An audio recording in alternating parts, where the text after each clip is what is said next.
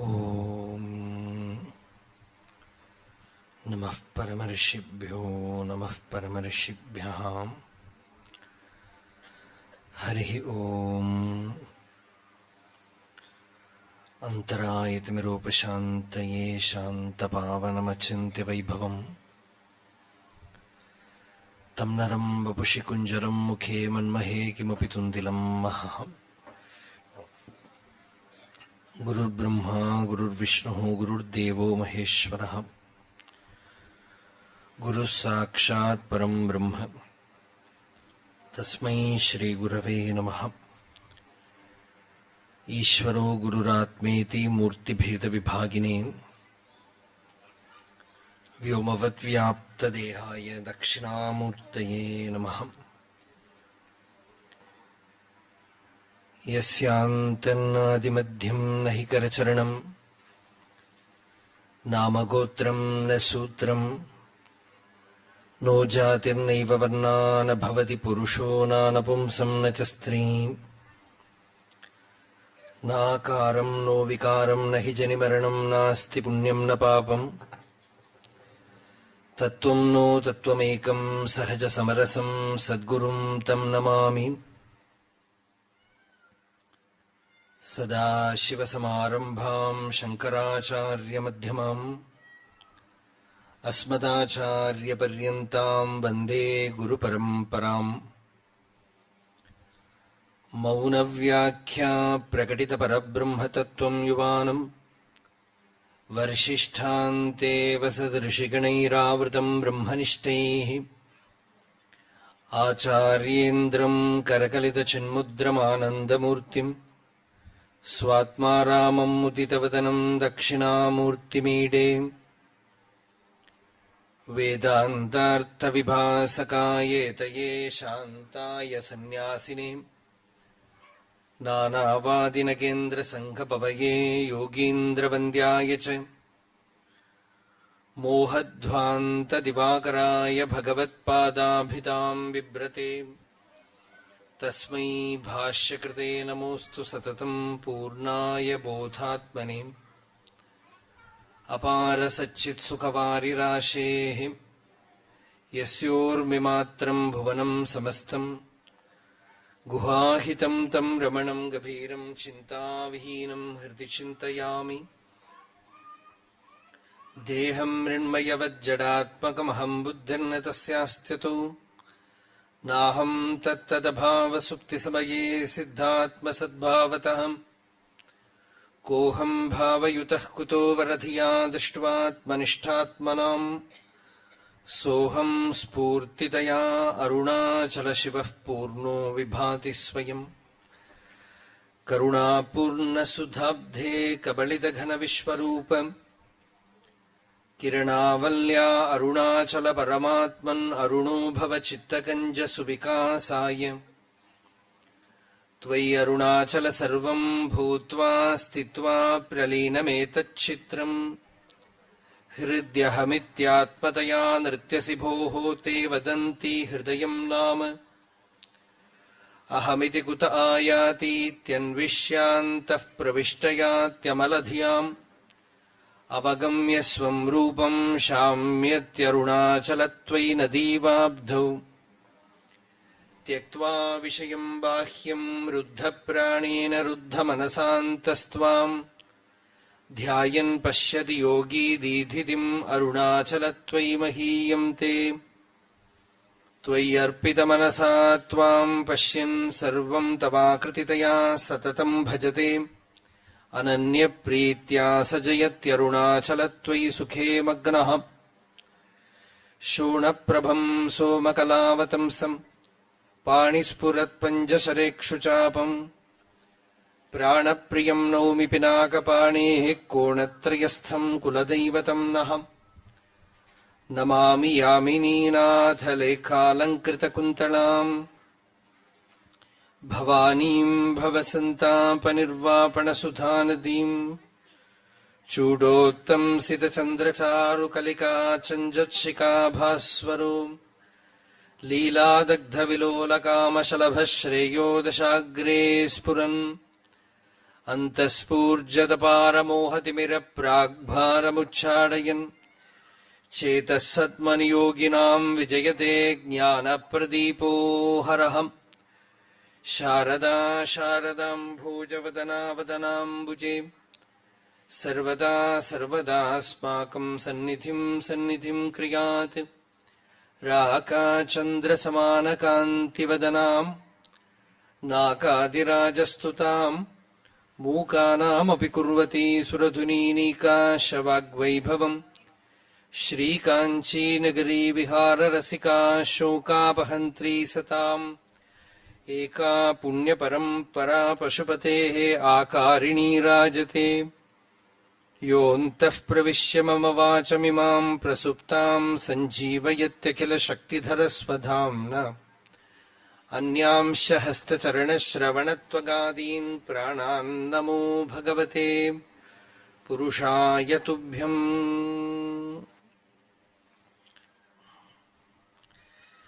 विशुद्धम् परम् सच्चिदानन्दरूपम् गुणाधारमादारहीनम् सुमान्यम् महान्तम् विभान्तम् गुहान्तम् गुणान्तम् सुखान्तम् स्वयम् धाम रामम् प्रपत्ति यदा वर्णयत्कन्नमूलेऽन्तकाले शिवो राम रामेति रामेति काश्याम् तदेकम् परम् तारकब्रह्मरूपम् भजेऽहम् भजेऽहम् भजेऽहम् भजेऽहम् सदा राम रामेति नामामृतम् ते सदा राममानन्दनिष्यन्दकन्दम् पिबन्तम् नमन्तम् सुदन्तम् हसन्तम् हनूमन्तमन्तर्भजेतम् नितान्तम् सदा राम रामेति नामामृतम् ते सदा राममानन्दनिष्यन्दकन्दम् पिबन्नन्वहम् नन्वहम् नैव मृत्योः बिभेमि प्रसादात् तवैव प्रभाविन्। सीतारामगुणग्राम पुण्यारण्यविहारिणौ वन्दे विशुद्धविज्ञानौ कवीश्वर कपीश्वरौ।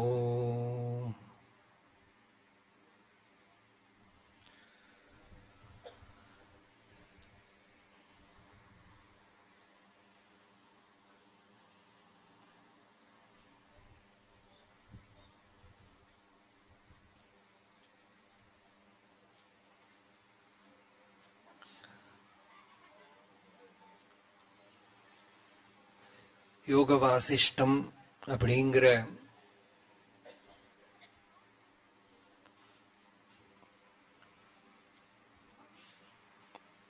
மிகவும் ஆழமான ஒரு அத்தியாத்ம கிரந்தம்.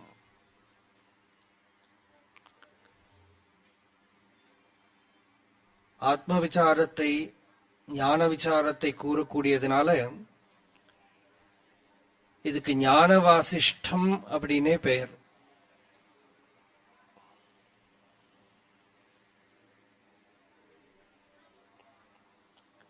பெரிய மகான்கள் சுவாமி ராமதீர்த்தர் சொல்றார், சூரியனுக்கு கீழே இந்த மாதிரி இன்னொரு புஸ்தகம் கிடையாது அப்படிங்கிற.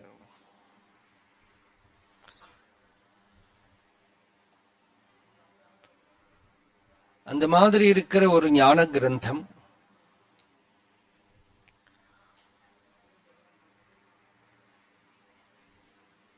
இந்த கிரந்தத்தை ஒரு உபன்யாசமா பண்ண முடியாது.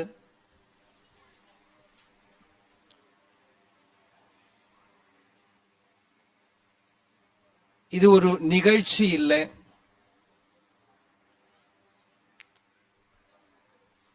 அதனாலேயே இதுக்கு ஒரு புரோகிராம் நடத்துற மாதிரி ஒரு பாவத்தோட அதுக்கு முன்னாடி பின்னாடி எதுவும் இருக்கப்படாது. ஒரு வேள்வி, இது ஞான வேள்வி, ஒரு ஞான யஜ்ஞம்.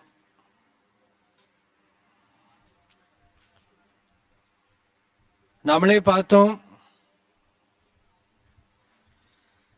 இது நடக்கிற இடத்துல சித்தர்கள்லாம் யோகிகள்லாம் வந்து இருப்பா அப்படின்னு வசிஷ்டரே சொல்றார். வந்து இருக்கா அப்படின்னு.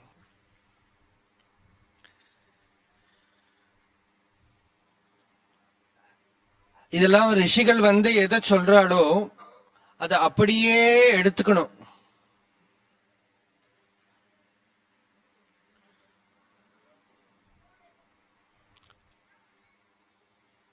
அதே விதமா எடுத்துக்கணும்.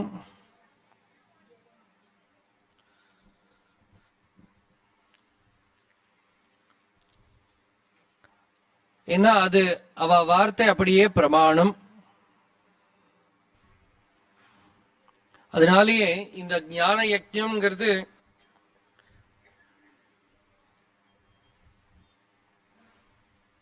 அதுக்கு ஒரு முடிவே கிடையாது.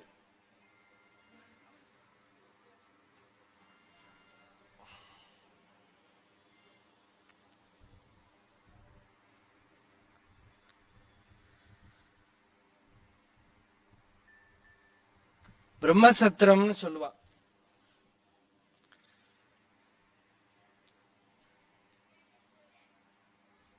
சத்சங்கத்துல ஈடுபட்டு இருக்கிறவாளுக்கு, சாதகாளுக்கு சத்சங்கம்ங்கிறதுக்கு ஒரு மைக்கோ இது ஒண்ணும் தேவையில்லை. இதெல்லாம் இடையூறு தான். அது அது கரெக்டா இருந்ததுதானா சரி.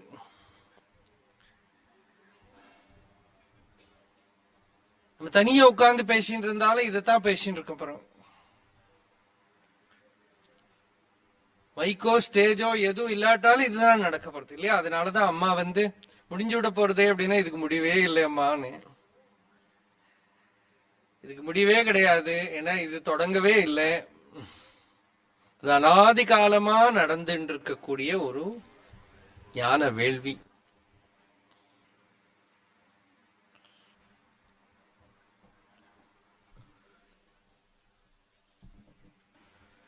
இந்த ஞான யஜ்ஞத்துல நேற்றுக்கு நாம பார்த்தோம், வசிஷ்டர் கிட்ட விஸ்வாமித்திரர் இந்த உபதேசத்தை ராமருக்கு பண்றதுக்கு கேட்டுக்கிறார். ரொம்ப பக்குவமா இருக்கக்கூடிய ஒரு சிஷ்யனுக்கு சிஷ்யாய விரக்தாய யதுபதிஷ்யதே.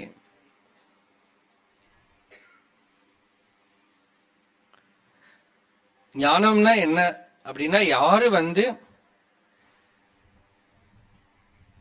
இது வேணும் அப்படின்னு ஆசைப்படுறாளோ, குரு நிறைய கிடைப்பா, சிஷ்யன் கிடைக்கிறது தான் கஷ்டம். ஒருத்தர் கேட்டார், சிஷ்யனா இருக்கணுமானால் என்ன வேணும்? சிஷ்யனா இருக்கணுமானால் விவேகம் வேணும், வைராக்கியம் வேணும், மன அடக்கம் வேணும், புலனடக்கம் வேணும், துன்பங்களை எல்லாம் தாங்கிக்கணும், முமுக்ஷுத்துவம் முக்தி அடையணுங்கிற தீவிரமான விருப்பம் வேணும், ஸ்ரத்த வேணும். இப்படி அடிக்கின்றே போனார். குருவா இருக்கணுமானா என்ன வேணும்? குருவா இருக்கணுமானா உபதேசம் பண்ணணும். ஆனா குருவாவே இருந்துக்கிறேன்.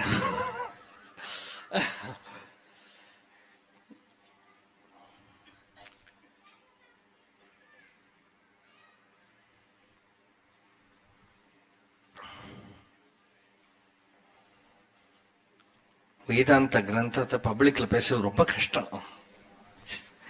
சில பேர் கையை தட்டினாலும் அப்ப நின்று போயிடும். அது ஒரு ப்ராப்ளம். அது யாரும் தயவு பண்ணி கை தட்டாதீங்கோ.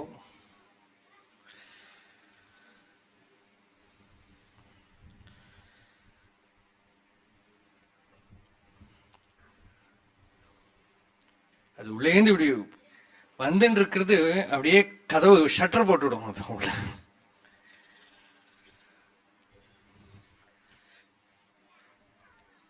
சிஷ்யன் அப்படிங்கிறது ஒரு பெரிய பொக்கிஷம்.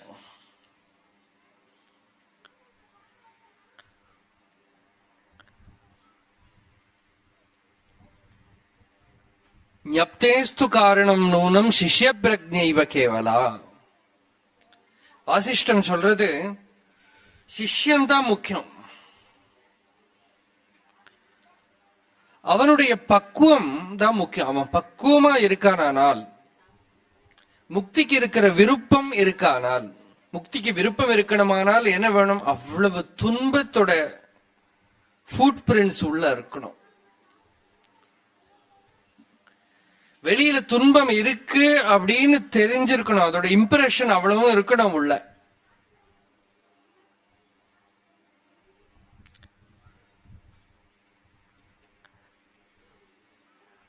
ஆன்மீக வாழ்க்கை நமக்கு பெருமைப்பட்டுக்கிறதுக்கு இல்ல,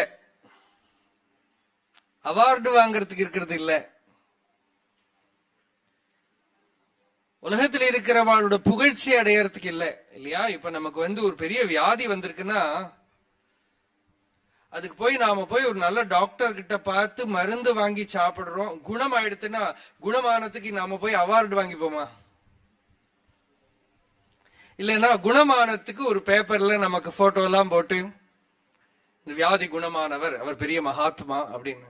இந்த மாதிரி ஞானியை பொறுத்தவரை அவர் வியாதி குணமானவர், அவ்வளவுதான். ஒரு பெரும் வியாதி குணமான ஒரு ரிலீஃப் அவருக்குள்ள இருக்கு.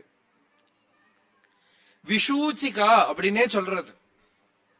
ஆசிஷ்ட என்ன சொல்றதுன்னா, இந்த அஜ்ஞானங்கிற வியாதி விஷூச்சிகா. விஷூச்சிகானா பயங்கரமான கண்டேஜியஸ் டிசீஸ். அதுக்கு விஷூச்சிகான்னு பேர். இந்த மலேரியா, கோலரா என்னெல்லாமோ இருக்கோ இல்லையோ, அது மாதிரி விஷூச்சிகான்னு பேர் இதுக்கு. இது கா, இது ஒரு கா. இந்த விஷூச்சிகா என்ன பண்றது? ஒருத்தர்கிட்ட இன்னொருத்தருக்கு பரவும். இந்த அஜ்ஞானம்ங்கிற வியாதி உலகத்துல நீங்க ஜாக்கிரதையா இல்லாம இருந்தால் பரவிக்கும். நீங்க கிளீனா இருக்கிறதுக்கு தான் முயற்சி பண்ணணுமே தவிர அழுக்காகிறதுக்கு முயற்சியே பண்ண வேண்டாம். இருந்துட்டே இருந்தா அழுக்காயிண்டே இருக்கும். உலகத்துல ஈடுபட்டு வாழ்ந்து இருக்கிற போதே அஜ்ஞானம்ங்கிற மலம், அழுக்கு நம்ம மேல சேர்ந்துட்டே இருக்கும். அந்த அழுக்கு சேர்த்துக்கிறதுக்கு நீங்க ஒரு முயற்சி பண்ண வேண்டாம். சுத்தமா இருக்கிறதுக்கு தான் முயற்சி பண்ண வேண்டியிருக்கு. அலர்ட்டா இருக்க வேண்டியிருக்கு, விஜிலண்டா இருக்க வேண்டியிருக்கு. ஜாகிரதா. உபனிஷத்து ஜாகிரதா அப்படிங்க. Alert, alertness, vigilance. அந்த ஜாகிரதைய யாருக்கு இருக்கோ அவன் தான் சிஷ்யன். அவனுக்குள்ள விவேகம் நெருப்பு மாதிரி எரியறது. இங்க துன்பம் இருக்கு அப்படின்னு தெரியறது, உலகத்துல துன்பம் இருக்குன்னு தெரியறது. அந்த துன்பத்துக்கு ஒரு பரிகாரம், அதுல இருந்து ஒரு ரிலீஸ் இந்த ஞானம் அப்படின்னு தெரியறது. அதனால அந்த ஞானத்துக்கு இவன் வேற எந்த பரிகாரமும் இல்லைன்னு தெரியணும். ஞானம்னு மட்டும் தெரிஞ்சா போறாது. அந்த ஞானத்தை தவிர வேற எந்த பரிகாரமும் இல்லை அப்படின்னு தெரியற போதுதான் ஒரு சத்குரு கிட்ட இவனுக்கு பூர்ணமான பிரபத்தி சரணாகதிங்கிறது வரும். இல்ல இதுவும் இருக்கு அதுவும் இருக்குன்னு இருந்தா வராது. இதனாலையும் கொஞ்சம் பண்ணிக்கணும். சில பேர் சொல்லுவா, நாம 50 ஈஸ்வரன் 50 அப்படின்பா இல்லையா? நாம பாதி பகவான் பாதின்னு இருந்தா பகவான் நீ பாதியை முடிச்சுட்டு வா அப்படின்னு. நாம பாதி பகவான் பாதி என்ன அர்த்தம்னா, நம்ம பாதி முதல்ல முடியட்டும், அது வேற. he will wait. அது முடிச்சுட்டு வா. எப்ப உன்னால இது முடியாதுன்னு தெரியறது இல்லையா? திரௌபதி அவ துணிய அவுக்கிற போது, வஸ்திராபகரணம் பண்ற போது கத்ரா. முதல்ல திருதராஷ்டிரர் கிட்ட கேட்டா, பீஷ்மர் கிட்ட கேட்டா, துரோணர் கிட்ட கேட்டா, சபையில இருக்கிற எல்லோருகிட்டையும் பிரார்த்தனை பண்ணிக்கிறா. யாருமே எந்த விதத்திலயும் உதவ முடியல. தன்னோட பலத்தை பிடிச்சுட்டு இருந்தா. முடிவுல தன் பலமும் பிரயோஜனப்படலைங்கிற நிலையில தான் கிருஷ்ண கிருஷ்ண மகாயோகின் விஸ்வாத்மன் விஸ்வபாவன பிரபன்னாம் பாஹி கோவிந்த குருமத்யே வசீததீம். முதல்ல ஹே கிருஷ்ண துவாரகாவாசின் அப்படின்னு கூப்பிட்டாளாம் திரௌபதி. மகாயோகி சர்வாத்மான்னு கூப்பிடல, துவாரகையோட முனிசிபாலிட்டிக்குள்ள இருக்கிறவனே அப்படின்னு. அப்படின்னா அங்கிருந்து வரணுமோ இல்லையோ?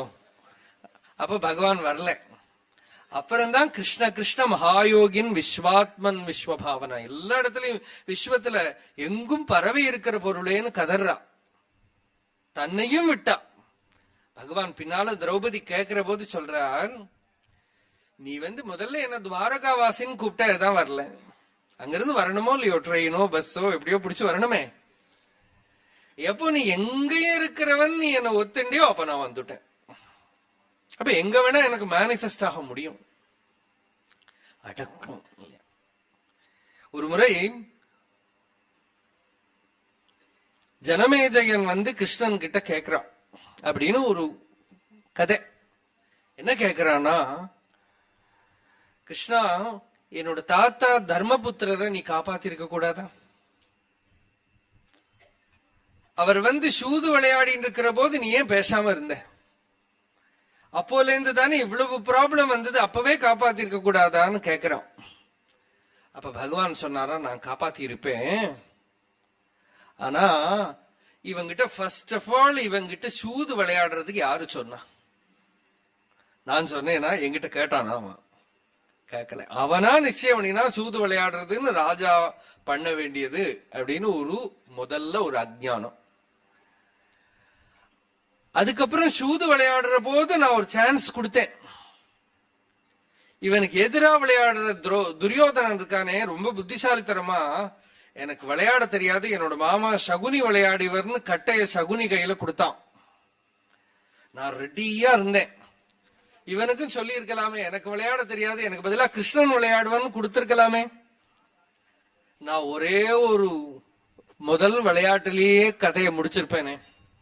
இவன் கொடுக்கல, இவனே விளையாடினான். இந்த கதையோட பொருள் என்னன்னா, ஈஸ்வரனை விளையாட விடணும், நீ விளையாட விடாது. நீ விளையாடுற வர இந்த வேலை நடக்காது. ப்ராப்ளம் தான், சம்சாரம் தான். அகங்காரம் விளையாடுற வர துன்பம் தான். அகங்காரம் உள்ள பூந்துண்டு விளையாடுற வர துன்பம் தான். நாம ஒரு சேனலா தான் இருக்கணும், ஈஸ்வரனுக்கு ஒரு சேனலா தான் இருக்கணும். அதுக்கு தடை என்ன? இந்த அபிமானம் தான். ராமர் சொன்னார் வசிஷ்டர் கிட்ட, நான் பார்த்துட்டேன், எல்லா துன்பத்துக்கும் மூல காரணம் இந்த அபிமானம். அகங்காரவசாதாபத் அகங்காராத் துராதயாம் அகங்காரவசாதீஹா நாஹங்காராத் பரோ ரிபுஹு. இந்த அகங்காரம் தான் பெரிய சத்ரு. இன்னொரு இது கூட சொல்றேன், நீங்க நிறைய பேர் இருக்கா, ரொம்பவே நான் வேதாந்தத்துக்குள்ள போந்துட்டேன்னா மெதுவா பழத்துல ஊசி ஏத்துற மாதிரி தான் போக முடியும். வேதாந்தம் தான் இது, ஒன்னும் வேற ஒன்னும் இல்லை. கண்ணனோட ஃப்ளூட் இருக்கோ இல்லையோ, புல்லாங்குழல், அந்த புல்லாங்குழல் கிட்ட ஒரு கோபிகை கேக்குறா, உன்னை பார்த்தா எனக்கு ரொம்ப பொறாமையா இருக்கு, ஏன்னா கிருஷ்ணன் எங்களையெல்லாம் விட்டுட்டு போயிடுறான், உன்ன மாத்திரம் எப்ப பார்த்தாலும் கையில வச்சுட்டு இருக்கான், விடவே மாட்டேங்கிறான், எங்களையெல்லாம் அப்பப்போ விட்டு மறைஞ்சு போயிடுறான், உன்ன மாத்திரம் வச்சுட்டு இருக்கான், மதுரமான பாட்டு வாசிக்கிறான், அது கூடி, அது நீ என்ன தபஸ் பண்ணினே, என்ன பாக்கியம் பண்ணின? அதுக்கு அந்த வேணு சொல்லித்தான் அந்த கோபிகை கிட்ட, எனக்குள்ள பாரு ஒண்ணுமே இல்லை, இந்த மாதிரி நீ உனக்குள்ள ஒண்ணுமே இல்லாம ஆயிட்டானாக்கா அவனோட மதுரமான இனிமையான சங்கீதம் உனக்குள்ளாலையும் வரும். இதுக்குள்ள ஏதாவது தடை இருந்தது இல்லையா? அந்த வேணு அதுக்குன்னு ஒண்ணும் கிடையாது. இப்போ ஒரு ஃப்ளூட் எடுத்து வாசிக்கிற போது பாகவதர் ஒரு பாட்டு டிசைட் பண்றார், ஃப்ளூட் இன்னொரு பாட்டு டிசைட் பண்ணா எப்படி இருக்கும்? ஃப்ளூட்டா ஒரு கீர்த்தனம் பாடித்துனா அவரை உடைப்பறா மாட்டாரா ஃப்ளூட்ட, இல்லையா? அதுக்குன்னு ஒண்ணும் கிடையாது, அதுக்குள்ளால ஒரு சங்கீதம் வருது. அந்த சங்கீதம் ஈஸ்வரனோட சங்கீதம் நமக்குள்ள ஆவிர்பவிக்க, அதுவா ஈஸ்வரன் நமக்குள்ளால வேலை பண்ண.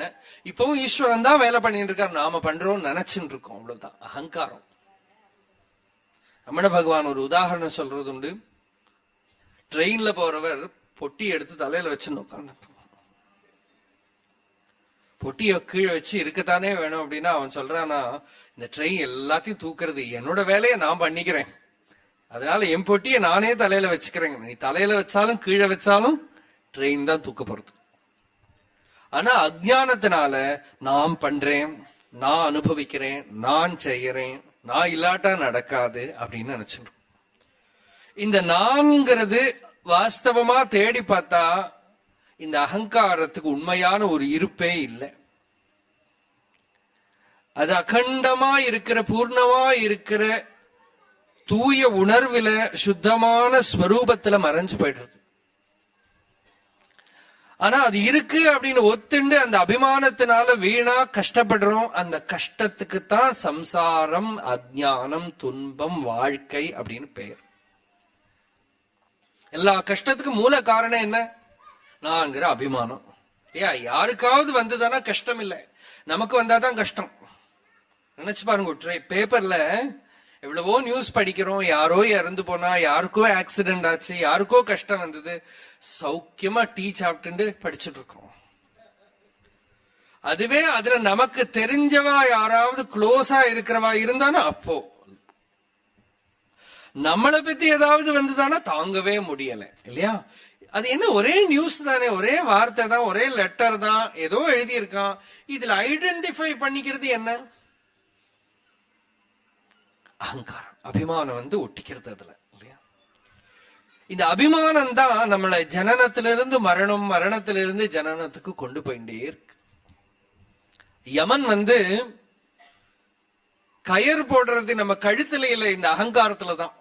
அந்த அகங்காரத்தை தான் ஒரு இடத்துல இருந்து இன்னொரு இடத்துக்கு கூட்டின்னு போறார். ஒரு ஜென்மாவில இருந்து இன்னொரு ஜென்மா கூட்டின்னு போறார். ஒரு ஊர்ல ஒரு சிற்பி இருந்தார். அந்த சிற்பி அழகான சிலைகள் பண்ணுவார். பண்ணினார்னா அது அப்படியே இருக்கும். இப்ப நம்ம சுவாமி சிலை கூட பார்த்தோம்னா அந்த மூர்த்தியை பார்த்தா அப்படியே அவர் இருக்கிற மாதிரி இருக்கு. அதெல்லாம் இப்போ அமெரிக்காவில எல்லாம் ரொம்ப பிரசித்தம். அதே மாதிரி யாரையாவது பண்ணினானா அந்த மாதிரியே பண்ணுவான். வாஸ்தவமா அவ உட்கார்ந்து இருக்கிற மாதிரியே இருக்கும். அந்த கண்ணு, புரிகம், கையில இருக்கிற நரம்பெல்லாம் கூட தெரியும். அந்த மாதிரி பண்ற ஒரு சிற்பி. அவர் ஒரு விசித்திரமான ஒரு உபாசகர். உலகத்துல எல்லாரும் சிவன், விஷ்ணு எல்லாம் உபாசனை பண்ணுவான். இவருக்கு யாரு உபாசனைன்னா இவருக்கு சித்திரகுப்தன் உபாசனை. சித்திரகுப்தன் அவர்கிட்ட கேட்டார், நீ மாத்திரம்தான்ப்பா எனக்கு ஒரு பக்தன் இருக்க, உனக்கு நான் என்ன பண்ணணும்னு சொல்லு. இவன் சொன்னா, எனக்கு சாகாம இருக்க ஏதாவது வழி இருக்கா? ஐயோ அதெல்லாம் முடியாது, அதெல்லாம் ஒன்னும் பண்ண முடியாது. அங்க மாத்திரம் அந்த இடத்துல மாத்திரம் இன்னமும் ஒரு கரப்ஷனே வரல. அப்ப இவர் கேக்குறார், சரி நான் என்னைக்கு இறந்து போறேங்கிறது உங்க புக்கை பார்த்து கொஞ்சம் சொல்றேளா? அதெல்லாம் சொல்லி விடுறேன்னு கரெக்ட் டேட், இந்த நாள், இந்த டைம் எல்லாம் சொல்லிவிட்டார். இவர் என்ன பண்ணார், அதுக்கு ப்ரிப்பேர் பண்ணி இவரை போலயே கொஞ்சம் கூட வித்தியாசம் இல்லாம ஒரு 50 சில்பம் பண்ணி வச்சு சித்திரகுப்தன் கிட்ட கேட்டார். முதல்ல ஒரு கிளாஸ் கூட கேட்டார், தப்பிச்சுக்கு என்ன வழி இருக்குன்னு. வழி ஒரு லா இருக்கு, அந்த லா இதுவரையா யார்கிட்டையும் ஒர்க் பண்ணல, ஒரு லூப் ஹோல். அது என்னன்னா, எந்த மொமெண்ட்ல உங்களை கூட்டிட்டு போகணுமோ அந்த மொமெண்ட்ல போகலையானால் இன்னமும் நிறைய வருஷங்கள் நீங்க இருப்பீர்கள். ஆனா அது இதுவரையா சக்சஸ்ஃபுல் ஆகல, அந்த மொமெண்ட்ல நடந்தாகணும்.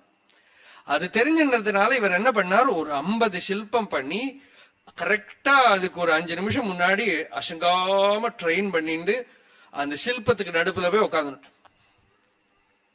யமதூதர்கள்லாம் பார்த்தா கண்டுபிடிக்கவே முடியலையா, அப்ப எது இவா அது தெரியவே இல்லை. யமன் கிட்ட சொல்றா, எப்படி இவனை கூட்டிட்டு வர்றது தெரியலையே, அப்படியே 51 இருக்கு, பார்த்தா எல்லாம் ஒரே மாதிரி இருக்கு. இதுல ஒரிஜினல் எது எது சிலைன்னு தெரியல. அப்ப யமன் சொன்னா, நான் வரேன், பரவாயில்ல, மனுஷன் தானே, நான் வரேன். அவர் கரெக்டா அந்த மொமெண்ட்ல வந்தார். சொன்னார், ஆஹா எவ்வளவு பேரை நான் எடுத்துட்டு போயிருக்கேன், இந்த மாதிரி ஒரு சிற்பம் பண்ணினவரை நான் பார்த்ததே கிடையாது. சிருஷ்டி ஆரம்பத்துக்கு அப்புறம் இப்படி ஒரு சிற்பி பிறந்ததே கிடையாது அப்படின்னு யமன் சொன்னது காதுல விழுந்ததோ இல்லையோ, ஒரு சிற்பத்துக்கு மாத்திரம் முகம் அப்படியே விரிஞ்சு கழுத்துல கயத்தை போட்டு ஒரு இழு. இதுலயும் இதுதான் அங்கதான் நாம மாட்டிக்கிறது எங்க, அங்கதான் இல்லையா? அந்த அபிமான கழுத்துல கயத்தை போட்டு இழு. பிறக்கிறது யாரு? அந்த அந்த சந்தோஷப்படுறது ஆசாமிதான். துன்பப்படுறது யாரு? அந்த சந்தோஷப்படுற ஆசாமிதான். அந்த ஆசாமிதான் துன்பத்துக்கு மூல காரணம். அஜ்ஞானத்தோட முதல் விதை. அந்த விதை இருக்கும் வரை இன்ப துன்பங்கள் இருக்கும். இன்பமும் துன்பமும் நம்மளை கட்டி போட்டு சஃபர் பண்ண வைக்கிறது. ரெண்டுமே நமக்கு கஷ்டத்தை கொடுக்கு. சாந்திங்கிற ஒரு எல்லையில்லாத அனுபவத்தை புறக்கணிச்சிடுறோம். எல்லாருக்கும் சுகம் வேணும். சுகம்ங்கிறது ஒரு துன்பம். சுகம்ங்கிறது ஒரு துன்பம். அமைதிங்கிறது ஆத்மாவோட ஸ்வரூபம். சுகத்தை பருக பருக பருக மேலும் மேலும் மேலும் நம்ம ஷாலோ ஆயிண்டே இருப்போம்.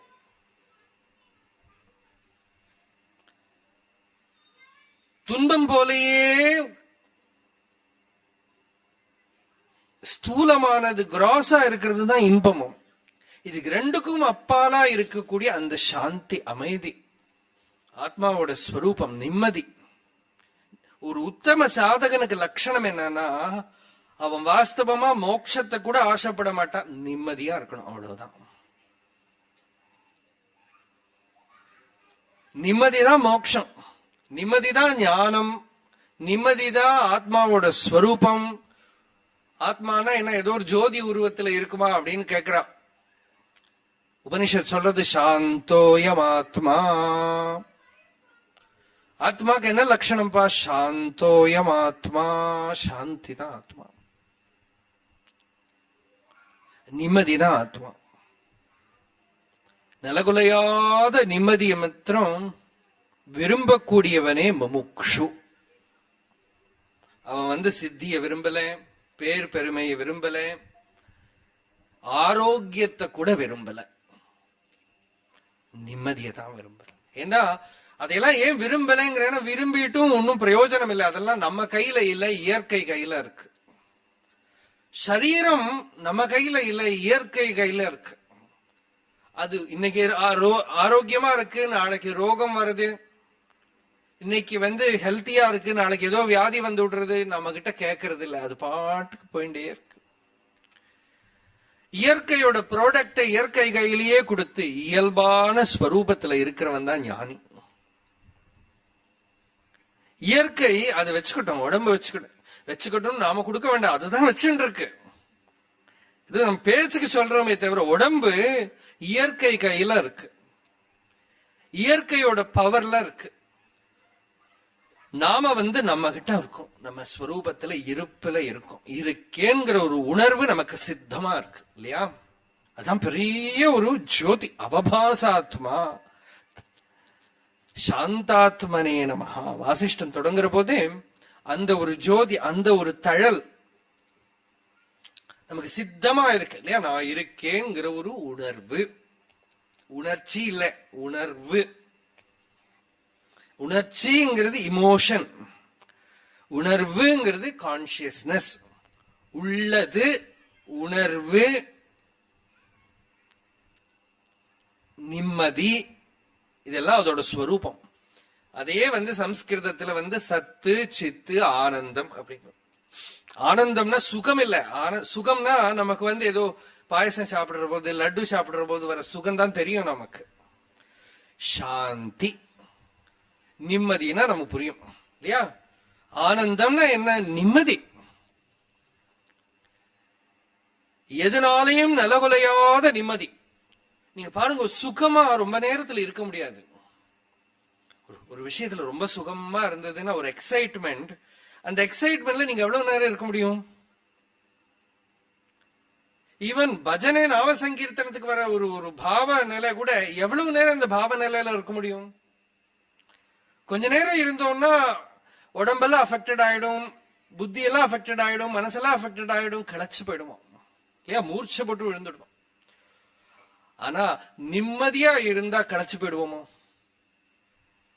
எல்லாருக்கும் இருக்கிற அனுபவம் தான். நிம்மதி ஞானிகளுக்கு மட்டும்தான் இருக்குங்கிறது இல்ல, எல்லோருக்கும் ஒரு இடையிலையாவது கொஞ்ச நேரத்துக்காவது அந்த நிம்மதிங்கிற அனுபவம் இருக்குதான் இருக்கு. எந்த கஷ்டத்துக்கு, ஒரு கஷ்டத்துக்கு நடுப்புல கொஞ்ச நேரம் நிம்மதியா இருக்கும். ஆனா நாம என்ன பண்றோம்?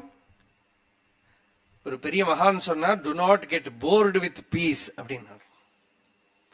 அஜ்ஞானத்தோட லட்சணமே அதுதான். என்ன நிம்மதியா இருக்கிற போது அப்ப போய் டிவி போடு, பேப்பர் படி, எதையாவது பேசி அதை கெடுத்துக்கும். நிம்மதி நம்ம உண்டு பண்ண முடியாது. நிம்மதி இருந்துட்டே இருக்கு. நம்மளால பண்ண முடியறது என்னன்னா, இருக்கிற நிம்மதி மேல எதையாவது தூக்கி வை, மறைச்சு. அந்த சாந்தி நிம்மதிங்கிறது ஆத்மாவோட இயல்பான நிலை. அது அடைய வேண்டியது அல்ல, அது நித்திய சித்தம். Ever available, ever attained. It is not created. அது நம்ம ஸ்டேட், அது நம்ம உண்மையான இயல்பான நிலை. அந்த நிம்மதியை மட்டும்தான் விரும்பணும். அந்த நிம்மதிக்கு தடையா இருக்கிறது இந்த மனம். அந்த நிம்மதி உடம்புல வரல. அதனாலதான் நான் முதல்ல சொன்னேன், எந்த இமோஷன், நல்லதான ஒரு விகாரம் வந்தாலும் கூட உடம்ப பாதிக்கிறது, மனசை பாதிக்கிறது. நிம்மதி மட்டும் எதையும் பாதிக்காது, இருந்துட்டே இருக்கலாம். ஏன்னா நிம்மதி மனசுல இருந்து வரல, நிம்மதி உடம்புல இருந்தும் வரல, நிம்மதி புலன்கள்ல இருந்து வரல. அதனால நிம்மதியா இருந்தா புலன்களும் அஃபெக்டட் ஆகாது, சரீரமும் அஃபெக்டட் ஆகாது, புத்தியும் பாதிக்கப்படாது, மனமும் பாதிக்கப்படாது. சாந்திம் நிர்வாண பரமாம் மத்சம்ஸ்தாமதி கச்சதி. பகவத்கீதையோ உபனிஷத்தோ எதுவுமே உங்களுக்கு என்ன கிடைக்கும் அப்படின்னு ஒரு கேரண்டி கொடுக்கிறது. இது படிச்சா என்ன கிடைக்கும்? சாந்திம். கீதையில பகவான் முடிவுல சொன்னார், ஈஸ்வரன் உன் ஹிருதயத்துக்குள்ள இருந்துட்டு உன்னை ஆட்டி வச்சுட்டே இருக்கான், அவனுக்கு அடங்கு. அடங்கினா என்ன கிடைக்கும்? சாந்திம். ஈஸ்வர சர்வபூதானாம் ஹிருத்தேஷே அர்ஜுன திஷ்டதி பிராமயன் சர்வபூதானி யந்திராரூடானி மாயையா தமேவ சரணம் கச்ச சர்வபாவேன பாரத. சர்வபாவேன அப்படின்னா எல்லா நிலையிலையும், எப்படியும். தத் பிரசாதாத், அந்த ஈஸ்வரனோட அருளால என்ன கிடைக்க போறது? பராம் சாந்திம் ஸ்தானம் பிராப்ஸ்யசி சாஸ்வதம். நலகுலையாத நிம்மதி கிடைக்கும், நலகுலையாத சாந்தி கிடைக்கும்.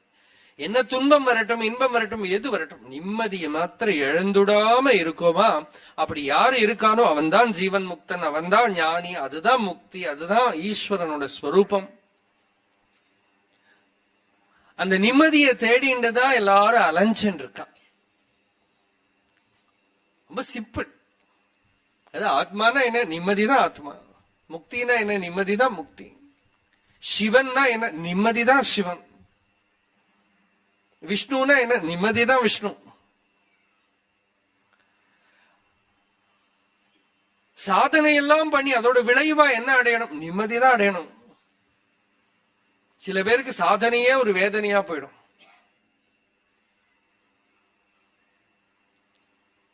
நிம்மதிதான் வரணும், அமைதிதான் வரணும்.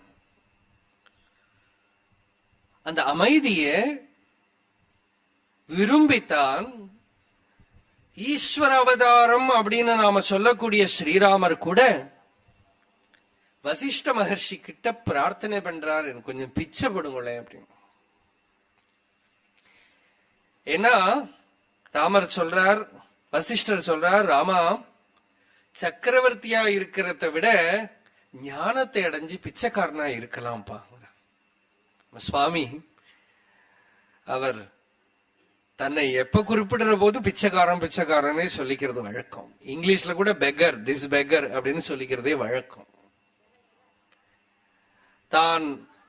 தான் கையில பிச்சை பாத்திரம் அந்த கொட்டாங்குச்சி வச்சுட்டே அலைஞ்சு. இங்க திருவண்ணாமலையில ஒரு பெரிய மகான் முன்னாடி இருந்தவர் குகை நமசிவாயர். அவர் சொல்றார், மண்ணாள பெற்றிடினும் வேண்டேன், வானவரெல்லாம் பணிய விண்ணாள பெற்றிடினும் வேண்டேன், கண்ணாளனாம் சோணகிரி பித்தனார் சன்னதிக்கே பிச்சை உண்டு வாழ பெறின் அப்படின்னு. உப்பிலி கூழ் உண்டு வாழ பெறின் அப்படின்னு. உப்பில்லாத ஒரு கூழ் சாப்பிட்டு இருந்தாலும் இந்த சோணகிரி அருணாச்சலத்துல பிச்சை உண்டு வாழ கிடைச்சதானா எனக்கு இந்த பூமிக்கு பூரா அரசனா ராஜாவா இருக்கணுங்கிற ஆசை இல்லை, தேவலோகத்துல சக்கரவர்த்தியா இருக்கணுங்கிற விருப்பமும் இல்லை. இந்த அருணாச்சலேஸ்வரர் சன்னதியில பிச்சை உண்டு வார கிடைச்சா போறோம் அப்படின்னு. சுவாமி 40 வருஷம் பிச்சை உண்டு. அருணாச்சலேஸ்வரருக்கு ஒரு ஸ்வரூபம் பிக்ஷாடனர்னு பேர். அவர் பிக்ஷாடனரா அண்ணாமலையார் இங்க இருக்கிறவாள் பெரும்பாலும் எல்லாருக்குமே தெரியும். கார்த்திகை தீபத்தும்போது ஒரு நாள் பிக்ஷாடனரா அருணாச்சலேஸ்வரரே எங்கெங்க பிக்ஷை எடுக்கிறது உண்டு. அதனால அண்ணாமலையார் என்ன பண்றார், இங்க தன் அடியாறுகளா வந்தவாளை எல்லாரையுமே பிக்ஷை எடுக்க வைக்கிறது வழக்கம். ஆண்டி பெருத்த அண்ணாமலை தான் பேரு இந்த ஊருக்கு. எல்லா ஊர்லயும் பெருமைப்பட்டுக்கிறதுக்கு ஏதாவது இருக்கும். இங்க நிறையவா இருந்தார், ராஜா இருந்தார், நிறைய பணக்காரா இருந்தா அப்படின்னு பெருமைப்பட்டுக்கிறதுனா நம்ம ஊருக்கு என்ன பெருமைன்னா ஆண்டி பெருத்த அண்ணாமலை. நிறைய ஆண்டிகள். ஏன்னா இவர் சேர்த்துக்கிறதெல்லாம் அவளை தான். மேன்மேற் தாழும் மெல்லியர் சேர்ந்து நீ மேன்மையுற்றனை என் அருணாச்சல. அருணாச்சலேஸ்வரருக்கு ஒரு பெருமை என்ன, அடங்கி போய் அடங்கி போய் அடங்கி போய் அபிமானம் இல்லாம ஈஸ்வரனை தவிர வேற எதுவும் தெரியாம முற்றும் துறந்த யோகிகள் பக்தர்கள் அவளை இந்த பெரிய பணக்காரா ஆசைப்பட்டு ரத்தனங்களை எல்லாம் எடுத்து பொதிஞ்சு பொதிஞ்சு வச்சுக்கிற மாதிரி அருணாச்சலேஸ்வரர் எடுத்து தன் பாஸ்கெட்குள்ள போட்டு வச்சுக்கிறார். அவளை போக விடாம பிடிச்சு வச்சு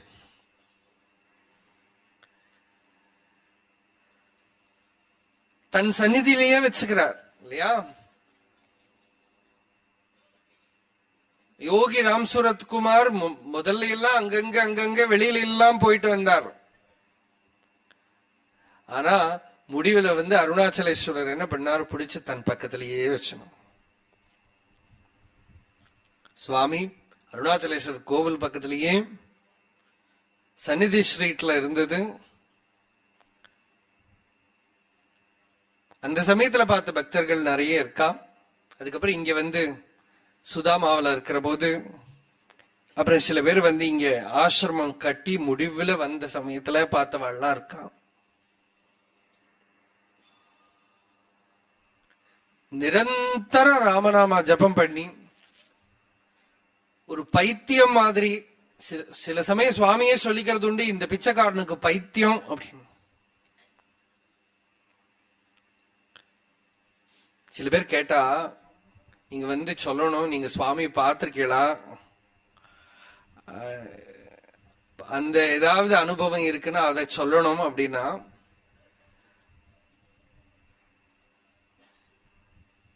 அனுபவம் அப்படின்னு சொல்லிக்கிறதுக்குன்னு ஒன்னும் தெரியல. அவள் நிறைய பாக்குறது தான் அனுபவம், சாதுக்களை பாக்குறது தான் அனுபவம். நமக்கு என்ன கிடைச்சதுங்கிறத விட அந்த தரிசனம் கிடைக்கிறதே தான் அனுபவம். கோவில்ல இருக்கிற போது, சந்நிதி தெருவில் இருக்கிற போது பார்த்திருக்கேன். 96ல சுவாமி இருக்கிற போதே பிரவச்சனம் பண்ணியிருக்கேன் ரமணாசிரமத்துல. பகவானோட சென்டினரி அட்வென்ட்ல சச்சிதானந்த சுவாமி இருக்கிற போது அன்னைக்கு ஒரு டாக் இருந்தது. அன்னைக்கு சுவாமி ரமணாசிரமத்துக்கு வந்திருந்த ஒரு சந்தர்ப்பம். நிறைய வழியில பார்த்திருக்கேன். அம்மாவுக்கு ஞாபகம் இருக்கா தெரியாது, கார்ல போயிட்டு இருக்கிற போது வரப்போது பார்த்துட்டு இருக்கேன். அருணாச்சலேஸ்வரர் கோவில் இருக்கிற போது, சந்நிதி தெருவில் இருக்கிற போது பழம் கொடுத்து கையை பிடிச்சு வச்சுட்டு முதுகுல அடிச்சு எல்லாம் பண்ணியிருக்கார்.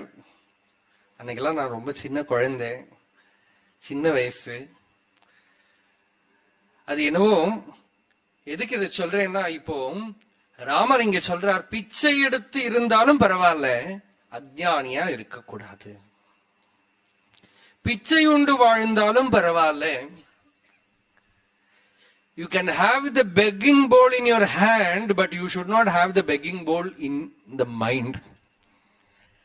For a worldly person, his mind itself is a begging bowl. இல்லையா? எல்லாம் இதை கொடு, அதை கொடு, அதை கொடு, இதை கொடு. ஈஸ்வரன் கிட்ட போனாலும் இதை கொடு, மகான்கள் கிட்ட போனாலும் இதை கொடு, அதை கொடு. நம்ம மனசே ஒரு பெக்கிங் பவுல். யோகிகள் கையில பெக்கிங் பவுல் எடுத்துட்டாலும் அவளுக்கு உள்ள அவளுக்கு ஒன்னும் பிக்ஷா பாத்திரம் இல்லை, அவன் உள்ள சக்கரவர்த்தியா இருக்கான். அஜ்ஞானிகள் வெளிப்படையா பார்த்தா எல்லா சௌகரியங்களும் இருக்கு, சுகங்களும் இருக்கு, உள்ள பிச்சை பாத்திரம் தான் இருக்கு. மனசு ஒரு பிச்சை பாத்திரம். வரம் ஷராவஹஸ்தஸ்ய சண்டாளாகார வீதிஷு பிக்ஷார்த்தமடனம் ராம ந மௌர்க்கிய ஹத ஜீவிதம். வசிஷ்டர் சொல்றார், ஹே ராமா, அஜ்ஞானியா முட்டாளா இருக்கப்படாது, மூர்க்கனா இருக்கப்படாது. வரம், வரம்னாக்கா சிறந்தது. என்ன சிறந்தது? சண்டாளாகார வீதிஷு பிக்ஷார்த்தம் அடனம். ஏதோ ஒரு தெருவுல போய் சண்டாளர்கள் நாய் மாம்சம் சாப்பிடுறவர்கள், யாருமே போகாத ஒரு காலம் அங்க ஒரு ஞானி இருக்கான்னு நீ தெரிய வந்ததானால் அங்க பிக்ஷா பாத்திரத்தோட போய் நில்லுப்பா. முட்டாளா இருந்துடாது. மௌர்க்கிய ஹத ஜீவிதம். மௌர்க்கிய ஹத ஜீவிதம்னாக்கா அஜ்ஞானம் இருக்கே, அது வாழ்க்கையை பூரா கெடுத்துடும். அஜ்ஞானத்தை போல டிஸ்டர்பிங்கா ஒண்ணும் கிடையாது. வாழ்க்கையோட பர்பஸே நமக்கு மறந்து போயிடும். எதுக்கு பிறந்தோங்கிறது ஞாபகமே இல்லை, எதேதோ பண்ணிட்டு இருக்கோம் இல்லையா? உண்டு உறங்கி வாழ கண்டேன். திருவாச்சகம் மாணிக்க வாச்சகர் சொல்றார், இவ்வளவு பக்தாளோட கதையெல்லாம் நான் கேட்டேன், இவ்வளவு மகான்கள் இருந்ததை பத்தி எல்லாம் தெரிஞ்சுண்டும் நான் இந்த உலகத்துல உண்டு உறங்கி இருக்கேனே அப்படின்னு கதர்றார். டல்லா இருக்கேனே, எதையோ பத்தி பெருமைப்பட்டு, ஏதோ நான் சம்பாதிச்சதையோ வெளியில சாதிச்சதையோ பெருமைப்பட்டு அந்த உள்ள இருக்கிற பகவத் அனுபவத்தை அடையாம, அந்த பக்தியை அடையாம, அந்த அனுபவத்தை அடையாம வாழ்க்கை வீணா போயின்னு இருக்கே அப்படின்னு கதர். இதுக்குதான் வைராக்கியம்னு பேரு. இப்போ முதல்ல நமக்கு யோக வாசிஷ்டத்துக்கு வைராக்கிய பிரகரணம். இப்ப நாம என்டர் பண்றது முமுக்ஷு பிரகரணம். அது தொடங்குறோம், அவ்வளவுதான். பகவான் சங்கல்பம் இருக்கானால் தொடர்ந்து இன்னொரு தடவை பார்க்கலாம். ஏன்னா இப்ப என்ட்ரி தான் பண்ண முடியும் அதுக்குள்ள. அந்த வைராக்கியமே ஒரு வருஷம் நமக்கு பகவான் கொஞ்ச நாள் டைம் கொடுக்கிறாரு. எதுக்குன்னா முமுக்ஷு ஆகிறதுக்கு. ஒரு பெரிய மகாத்மா, ராமகிருஷ்ணரோட சிஷ்யர், சுவாமி துரியானந்தான்னு பேரு. அவர் காசியிலேருந்து பக்கத்துல ஒரு ஊர்ல பிக்ஷை எடுத்துட்டு துறவியா இருக்கிற போது ஒரு பெரிய ஜமீன்தார் அவ வீட்டுக்கு பக்தியோட அழைச்சுன்னு போய் பிக்ஷை கொடுத்து உட்கார வச்சு, அவர் பிக்ஷை சாப்பிட்ட பிறகு அவர்கிட்ட பக்தியோட கைகூப்பி நின்று கேட்டார், சுவாமி, எனக்கு வைராக்கியம் வர்றதுக்கு ஏதாவது வழி சொல்லுங்களேன் அப்படின்னு. அப்படின்னு கையை ஒரு கொடை கொடைஞ்சு, வைராக்கியம் எனக்கு இருக்கானா நான் உங்க வீட்டுல சாப்பிட வந்திருப்பேனா? எனக்கு வைராக்கியம் இருந்தா நான் நீ கூப்பிட்டு சாப்பிட வந்திருப்பேனா?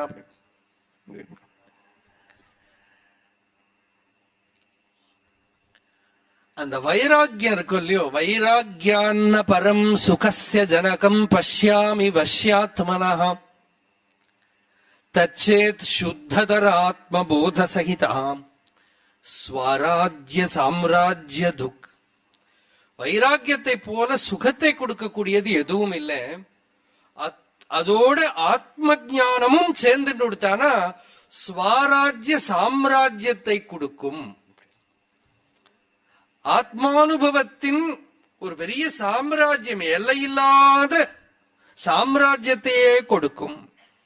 எங்கும் ஆத்மாவை பார்க்கிறவன் இருக்கானே, அவன் தான் சக்கரவர்த்தி. அவன் எப்படி அவனோட சாம்ராஜ்யம் எல்லையில்லாதது, நஷ்டமே ஆகாதது. சுவாமி ராமதீர்த்தர்னு ஒரு பெரிய மகான் இருந்தார். சுவாமிக்கு ரொம்ப பிரியம் ராமதீர்த்தர் புஸ்தகம் எல்லாம் நிறைய பேர்கிட்ட படிக்க சொல்லும். ராமதீர்த்தர் அமெரிக்காவில் இருக்கிற போது ஒரு முறை அவரோட டிவோட்டிஸ் எல்லாமா சேர்ந்து அமெரிக்கன் பிரசிடென்ட் கிட்ட ஒரு மீட்டிங் அரேஞ்ச் பண்ணான். அன்னைக்கு ரூஸ்வெல்ட்ங்கிறவர் பிரசிடென்ட். அப்போ இவர் ராமதீர்த்தர் இப்போ சுவாமி பிச்சைக்காரன் சொல்லிக்கிற மாதிரி சுவாமி ராம்தாஸ் ராம்தாஸ் சொல்லிப்பார். இதெல்லாம் முதல்ல ராமதீர்த்தர் தான் ஃபர்ஸ்ட் நாம பாக்குறோம் இந்த ஹிஸ்டரியில, ரீசெண்ட் ஹிஸ்டரியில. அவர் தான் நான் சொல்றதுக்கு பதிலா ராமா ராமா அப்படின்னு சொல்லிப்பார். தன்னை சொல்லிக்கிற போது ராமா வெண்ட் தேர். இந்த குழந்தைகள்லாம் சொல்லும் இல்லையோ, பாப்பாக்கு வேணும் அப்படின்னு சொல்லிக்கும். எனக்கு வேணும்னு சொல்ல தெரியாது, அதுக்கு பாப்பாக்கு வேணும் அப்படின்னு சொல்லும். பாப்பா வரேன் அப்படின்னு சொல்லும். அந்த மாதிரியே அந்த தன்மை அற்று போன ஒரு நிலையில சில பேர் அப்படி நடந்துக்கிறார். பொதுவாவே மகான்கள் அந்த நான் அப்படிங்கிறதுக்கு ஒரு மறைமுகமா எதையோ பேசுறது ஒரு வழக்கம். அதனால இவர் ராமா ராமா தான் சொல்லிப்பார் தன்னை பத்தி சொல்லிக்கிற போது. அப்ப பக்தர்கள்லாம் சொன்னா, சுவாமி இந்த எத்திக்வேட்னு ஒண்ணு இருக்கு, வேனிட்டின்னு பேரு அதுக்கு, அவ்வளவுதான். அது சமூகத்துல எப்படி நடந்துக்கணும். அதனால பிரசிடென்ட் வரபோது நீங்க இப்படி ராமா ராமா சொல்லப்படாது, அவர்கிட்டயாவது ஐ அப்படின்னு சொல்லணும், நான் அப்படின்னு சொல்லணும். நீங்க அவருக்கு முன்னாடியும் ராமா ராமானா அவர் ஏதோ தப்பா எடுத்துட்டு போறார். அதனால அவர்கிட்ட நீங்க ஐ அப்படின்னு சொல்லணும் அப்படின்னு. இவர் சிரிச்சுட்டார். அப்புறம் அந்த பிரசிடென்ட் கிட்ட பேசுற போது இவர் என்ன சொன்னார், ராமான்னு சொல்றதுக்கு பதிலா எம்பரர் ராமா அப்படின்னு.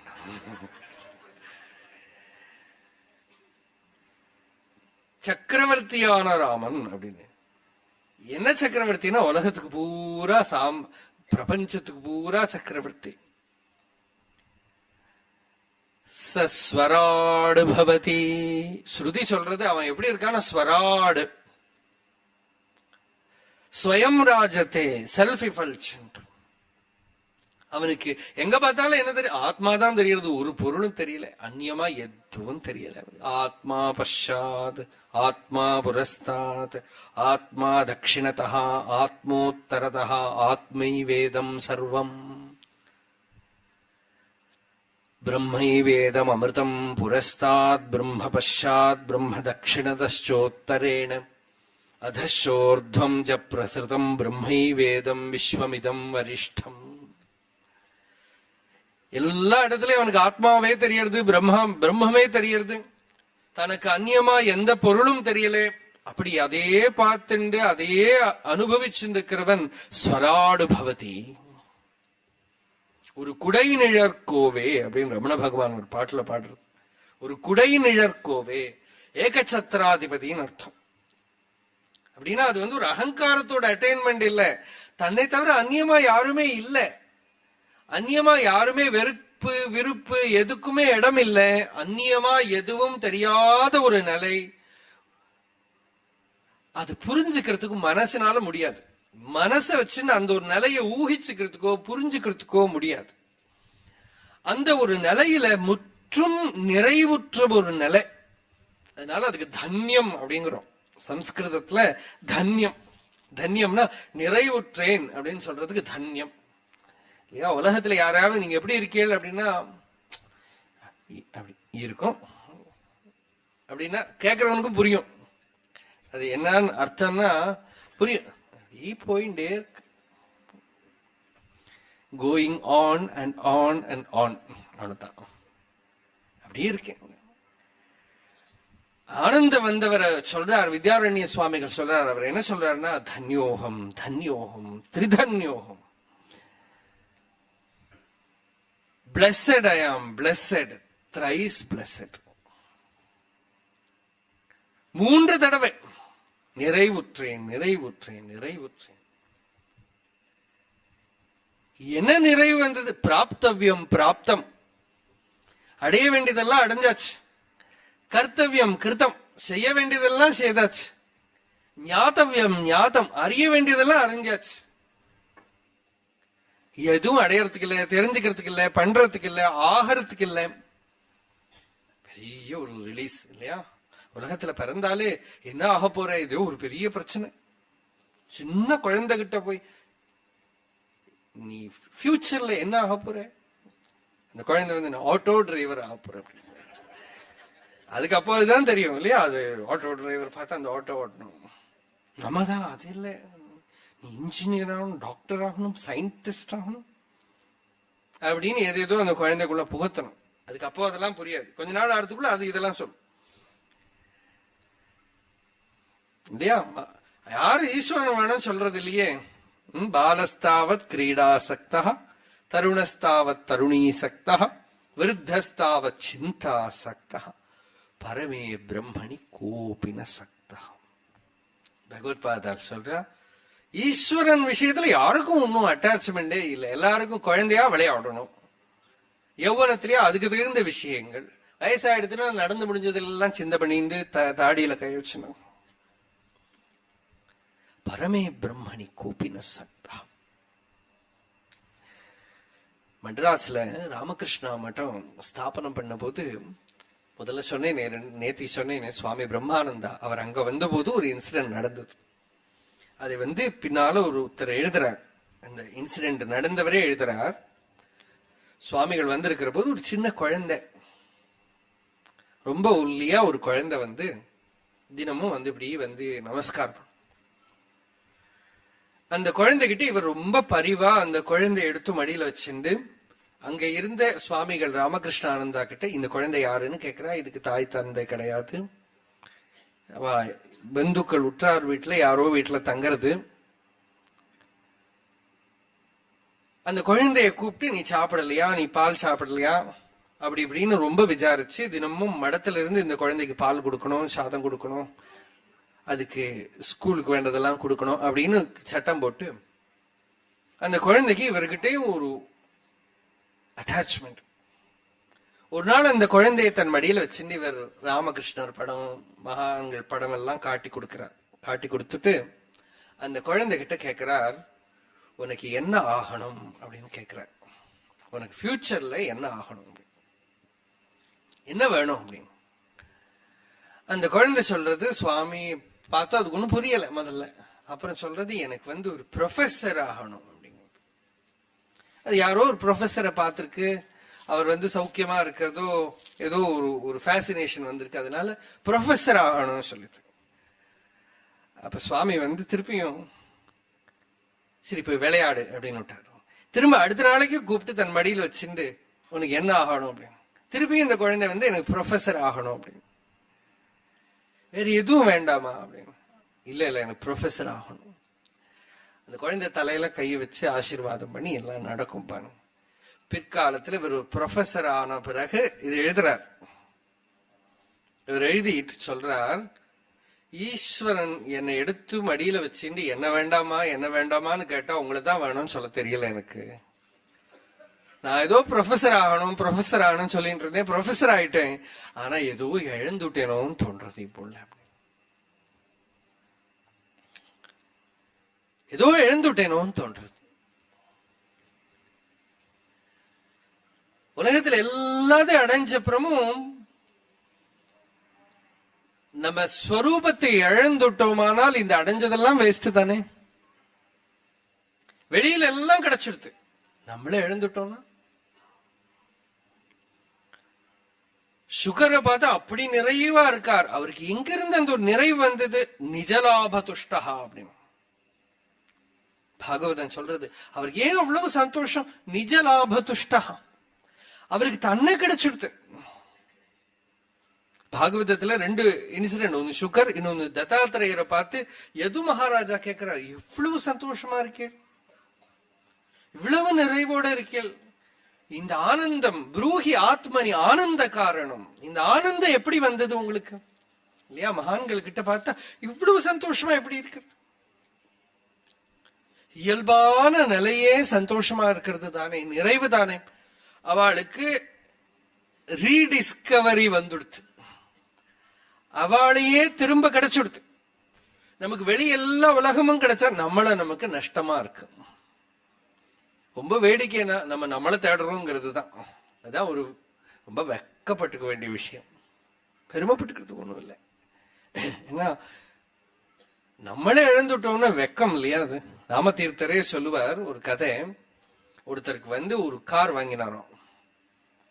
கொஞ்ச நாள் ஆச்சு, எல்லாருக்கும் சாக்லேட் கொடுக்கிறார். எதுக்கு சாக்லேட் கொடுக்கிறாருன்னா, இந்த கார் திருட்டு போயிடுத்து அந்த சந்தோஷத்துக்கு சாக்லேட் கொடுக்குறேன் அப்படின்னு. அப்ப இவாள்லாம் சிரிக்கிறா. அப்ப இவர் சொல்றார், ஏன் சாக்லேட் கொடுக்குறேன்னா கார் திருட்டு போனது நல்ல விஷயமானா? ஆமா, ஏன்னா கார் தானே போச்சு, அதுக்குள்ள இருந்தேன்னா நான் இருந்திருந்தேன்னா நானும் திருட்டு போயிருப்பேனே அப்படின்னு. இது சொல்லி அவர் சொல்றார், அவர் நம்மளை விட தேவையில்லைன்னா அவருக்கு கார் தான் திருட்டு போயிருக்கு, ஆளு இருக்கார், நமக்கு ஆளு திருட்டு போயிடுத்து. கார் அப்படியே இருக்கு, ஆளு திருட்டு போயிட்டு கார் இருந்துட்டு என்ன பிரயோஜனம்? சரீரம் இருக்கே தவிர ஸ்வரூபத்தை மறந்து போயிட்டோமே, நம்மள மறந்து போயிட்டோமே. நம்ம ஸ்வரூபம் என்ன, நம்ம யாருங்கிறது மறந்து போயிடுது. நான் இது அதுதான் நினைப்பு இல்லையா? நம்ம உண்மையான ஸ்வரூபம் என்னங்கிறது மறந்து போயிடுது.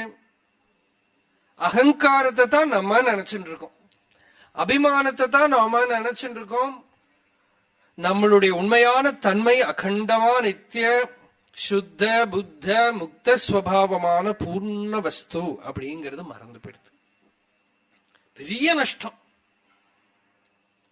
பெரிய நஷ்டம். ஈஸ்வரனோ குருவோ என்ன பண்றார், நம்மளுடைய இந்த அல்பமான அகங்காரத்தை எடுத்துட்டு தன்னோட ஸ்வரூபத்தை கொடுக்கிறார். பொடியால் மயக்கி என் போதத்தை பறித்து உன் போதத்தை காட்டினை அருணாச்சல. என்னோட அபிமானத்தை எடுத்துட்டு உன்னோட ஸ்வரூபத்தை நீ பிரகாசப்படுத்தின. திருவாச்சகத்துல ஒரு பாட்டே உண்டு.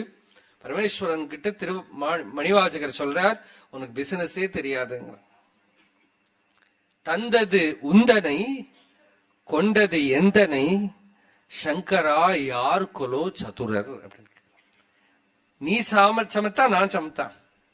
நான் தான் ரொம்ப சமத்து. ஏன்னா எனக்கு பெரிய லாபம், எல்லையில்லாத ஆனந்தம் அடைஞ்சேன். உனக்கு என்ன எடுத்துட்டு என்ன கிடைச்சதோ தெரியல. உனக்கு இந்த குப்பையான என்னதான் கிடைச்சது, எனக்கு கிடைச்சதோ பூர்ணமான வஸ்து, பூர்ணமான நிலை, எல்லையில்லாத நிலை. அந்த எல்லையில்லாத நிலைய கொடுக்கறதுக்கு தான் குரு இல்லையா? குருங்கிறவர் யாரு? குருனாலே ஹெவின்னு அர்த்தம், பெரிய பொருள் அர்த்தம். குருங்கிறத மொழி பெயர்த்தோமானா பெரிய வஸ்துன்னு அர்த்தம், பெருசுன்னு அர்த்தம். பெரியது, ஹெவியா இருக்கிறது, கனமா இருக்கிறது. அது எவ்வளவு கனமா இருக்குன்னா பிரபஞ்சத்தை விட கனமா இருக்கு. அதை விட கனமா இருக்கிற ஒரு வஸ்துவே கிடையாது, அவ்வளவு கனம். அதனால அது உட்கார்ந்தா எல்லாம் அடியில் அமுங்கி போயிடும். அந்த ஒரு தத்துவம் உட்கார்ந்துட்டதானா எல்லாத்தையும் முற்றும் மறைச்சு போயிடும். மகான்கள்லாம் குரு பக்தர்கள் தான். ஈஸ்வர பக்தி மாதிரி தோன்றுமே தவிர அந்த குரு பக்தி தான் ஈஸ்வர பக்தி. இப்போ மீரா கிருஷ்ண பக்தி பண்றா, அது கிருஷ்ணன் இல்ல, அது அவளுக்கு குரு. ஏன்னா கிருஷ்ணனோட உருவத்துல அவளை ஆள்கொண்டதுனால நமக்கு தெரிய மாட்டேங்கிறது. அந்த புராண இருக்கிற அந்த கிருஷ்ணன் தான் நமக்கு தெரியும். மீராவோட கிருஷ்ணன் யாருன்னா அவளை ஆட்கொண்ட தத்துவம். இதை அருணகிரிநாதர் சொல்றார், என்னை ஆண்ட இடம் தானோ பொருளாவது ஷண்முகனே. அந்த பொருள் என்னது, என்னை எது ஆட்கொண்டதோ, யானாகிய என்னை விழுங்கி வெறும் தானாய் நிலை நின்றது தத்பரமே. என்னை விழுங்கிடுது, என்னோட அகங்காரத்தை இல்லாம பண்ணி தானே தானாக பிரகாசிக்கக்கூடிய அந்த பொருள் இருக்கே, அந்த பொருளை தான் அவர் பெம்மான் முருகன் பிறவான் இரவான். அவன் என்ன பண்ணினான், சும்மா இரு சொல்லறை என்றதுமே அம்மா பொருள் ஒன்றும் அறிந்திலனே. அவன் சும்மா இரு அப்படின்னு உபதேசம் பண்ணா அவ்வளவுதான், முடிஞ்சு போச்சு. அதுக்கப்புறம் அந்த ஆட்கொண்ட தத்துவத்துக்கிட்ட ஒரு அன்பு, ஒரு கிரேட் கிராட்டிடியூட், வாழ்க்கை பூரா நிக்காத ஒரு கிராட்டிடியூட் வருது பாருங்க. அது உலகத்துல யாருகிட்டையும் நமக்கு வராது, நேச்சுரலா வருது இல்லையா? குரு கிட்ட யாருகிட்டையும் வராது. என்ன எவ்வளவு பேர் நமக்கு பணம் கொடுக்கறா, வேலை வாங்கி கொடுக்கறா, சாப்பாடு போடுறா, அவள்கிட்ட எல்லாம் ஒரு பிரியம் இருக்கு. ஆனா இந்த ஒரு ஊற்று எடுத்து வரமாட்டேங்கிறது உள்ள இருந்து. இந்த தத்துவத்துக்கிட்ட ஊற்று எடுத்து வர்றது. அதனால குருவை வியக்தியாவே பார்க்கப்படாது. வியக்தியா பார்த்தா பாக்குறவனும் மாட்டின்னு விடுவான், அந்த குருவுக்கு அகங்காரம் இருக்குன்னு அவனும் மாட்டின்னு விடுவான். பகவத்பாதாள் எங்கேயுமே அவ குருவை பேசவே இல்லை. பிரம்ம வித்யா ஆத்ம வித்யா அப்படிதான் பேசினார், குருவை பத்தி பேசவே இல்லை. ஒரே ஒரு ஸ்லோகம், கோவிந்த பகவத் பாதரை பத்தி சொல்றார் ஆச்சாரியார். கோவிந்த பகவத் பாதரை ஸ்துதிக்கிறாரே, அந்த ஸ்லோகத்திலேயாவது பார்த்து கோவிந்த பகவத் பாதர் எப்படி இருக்காருன்னு புரிஞ்சுக்கலாம் அப்படின்னு பார்த்தா கோவிந்த பகவத் பாதரை சொல்றார். சர்வ வேதாந்த சித்தாந்த கோச்சரம் தம் அகோச்சரம் கோவிந்தம் பரமானந்தம் சத்குரும் பிரணதோஸ்மியகம். அந்த குருவை நமஸ்காரம் பண்றேன், கோவிந்த பகவத் பாதரை. அவர் எப்படி இருக்கார்? சர்வ வேதாந்த சித்தாந்த கோச்சரம். வேதாந்த சித்தாந்தத்தினால காணப்படுற பொருள், புலன்கள்னால காண முடியாத பொருள் அகோச்சரம். இங்க குஞ்சுசுவாமி அடிக்கடி சொல்லுவார், சில பக்தெல்லாம் போய் சுவாமி நீங்க பகவானை பார்த்திருக்கீங்களே சுவாமி அப்படின்னாக்கா, நான் பகவானை பார்த்தது கிடையாது, யாரும் பகவானை பார்த்தது கிடையாது, அவரை பார்க்கவே முடியாது, அவர் பார்க்க முடிகிற பொருளே இல்லை அப்படின்னா அனுபவம். அப்படி அகோச்சரம், கண்ணால பாக்குற பொருள் இல்லை அது. கோவிந்தம் பரமானந்தம், அது பரமானந்தமான வஸ்து. சத்குரும் பிரணதோஸ்மியம். அதனால குரு அகண்டமான வஸ்து, அகண்டமான தத்துவம். அது ஒரு உருவத்துல நமக்கு தெரியறது. அந்த உருவம் ஒரு ஜன்னல் தான், ஜன்னலுக்குள்ளால ஆகாசத்தை பாக்குற மாதிரி தான். ஆகாசம் ஜன்னலுக்குள்ள இருக்குன்னு சொல்ல முடியுமா? ஆனா ஜன்னலை உபயோகப்படுத்தி ஆகாசத்தை பாக்குறோம், அந்த விண்டோவால ஆகாசத்தை பாக்குறோம். அந்த விண்டோ மாதிரி தான் குருவோட சரீரங்கிறது, உருவங்கிறது. அதுக்குள்ளால எல்லையில்லாத ஆகாசம் மாதிரி இருக்கிற பொருள் தெரியப்படுறது. அந்த பூர்ண வஸ்துவுக்கு தன்னை அர்ப்பணப்படுத்துறது இவனா ஒன்னும் அர்ப்பணப்படுத்தி இவனா ஒரு பெருமைப்பட்டு நான் இனிமேலால என்னோட வாழ்க்கையை குரு கொடுக்குறேன் அப்படி பண்ணல. இவனால ஒன்னும் பண்ண முடியாது. சிந்தித்து அருள்பட சிலந்தி போல் கட்டி சிறையிட்டு உண்டனே. இந்த சிலந்தி கட்டுற வலைக்குள்ள மாட்டிக்கிற பிராணிக்கு தப்பிச்சுக்க ஏதாவது பண்ண முடியுமா? அது தப்பிச்சுட்டு போனன்னு நினைச்சாலும் தப்பிச்சுக்க முடியாது. அந்த மாதிரி அந்த அருள் இருக்கே, அந்த கிருபை இருக்கே, அது வலை போட்டு இந்த ஜீவனை அதுல சிக்க வச்சு ஆட்கொண்டு தன்கிட்ட ஒண்ணுபடுத்திக்கிறது. அப்படி ஒண்ணுபடுத்தின்றானா இவனா வேறு பிரிஞ்சு தான் விலகி போனான்னு நினைச்சா கூட முடியாது. அந்த ஒரு தத்துவத்தை யாரு சாட்சாத்தா முன்னாடி பார்த்துட்டாலோ அவ வாழ்க்கை விலட்சணமா மாறிடும். அது விலட்சணமா போயிடும். There will be a distinct difference between a seeker who has found a master, a realized master,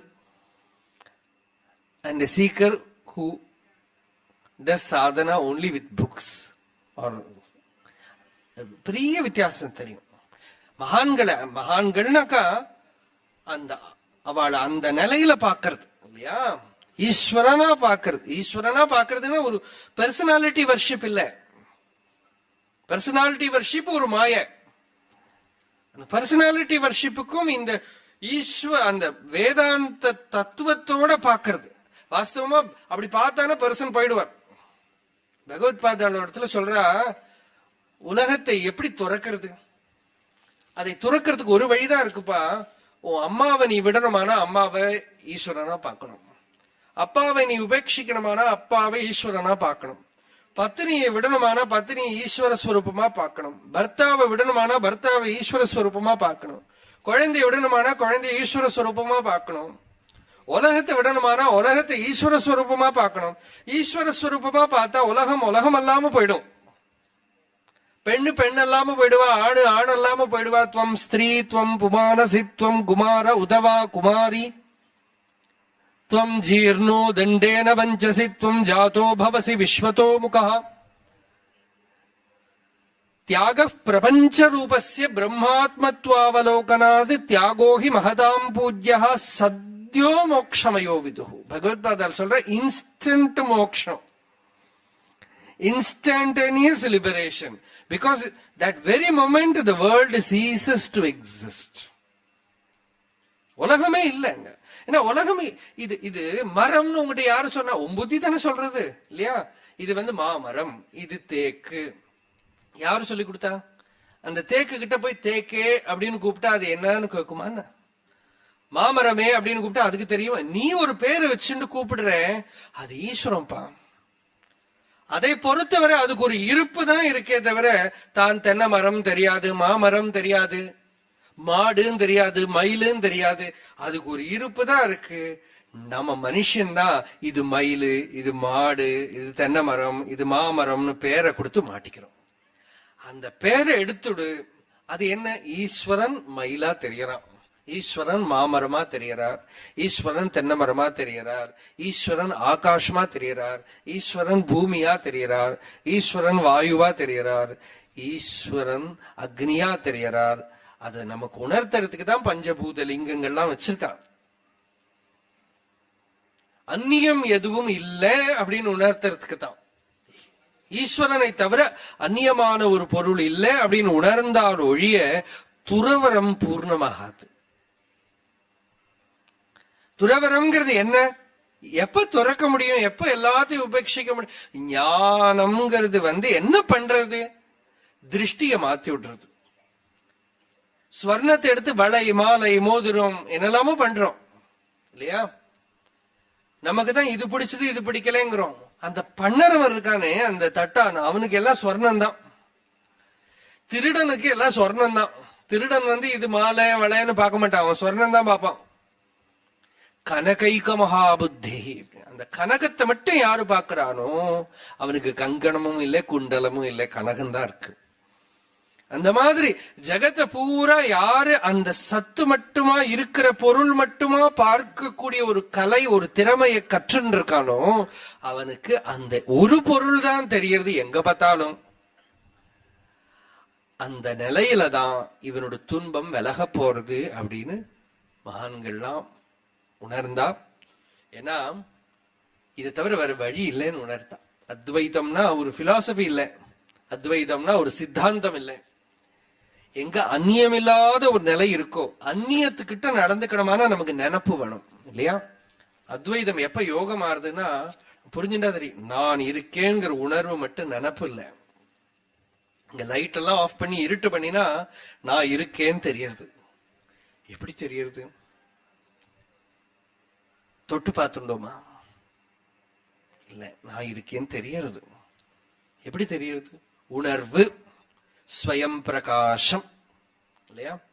அது நினப்பு இல்லை, அது கான்சியஸ்னஸ், அது சித் வஸ்து. அதை தவிர எல்லாம் நினப்பு தான். அந்த இருப்பு, அந்த இருப்பை தவிர மீதி எல்லாம் நினப்பு தான். வெளியில இருக்கிற எந்த பொருள் கிட்ட நாம பழகணமானாலும் நினப்பு வேணும். ஆனா அந்த இருப்பு வஸ்து மட்டும் நினப்பு இல்லை. அதுக்கு அதை நாம நினைக்க வேண்டாம் இல்லையா? நான் இருக்கேனா இல்லையா அப்படின்னு நினைச்சு பார்க்கணுமா? அது ஸ்பான்டேனியஸ், இட் இஸ் எக்ஸிஸ்டன்ஸ். பிற வஸ்துகள் இருக்காது நினப்பு வேணும். பிற வஸ்துக்கள் கிட்ட டீல் பண்ணணுமான நினப்பு வேணும். நம்ம கிட்ட டீல் பண்றதுக்கு நமக்கு நினைப்பே வேண்டாம். நம்ம மட்டும்தான் இருக்கோங்கிற கன்விக்ஷன் எப்ப வந்துடுத்தோ அப்ப நினப்பும் போயிடும்.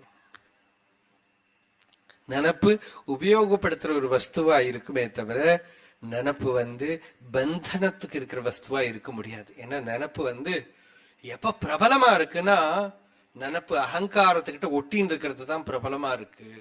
எப்போ ஆத்மானுபவம் அபிமானத்தை அழிச்செடுத்தோம், அந்த இருக்கக்கூடிய உணர்வை உணர்ந்துட்டானோ அப்போ இந்த நினப்பு இருக்கே, நினப்பு தான் பந்தனம். நிம்மதியா இருக்கிற போது பார்த்தா நினப்பே இல்லை.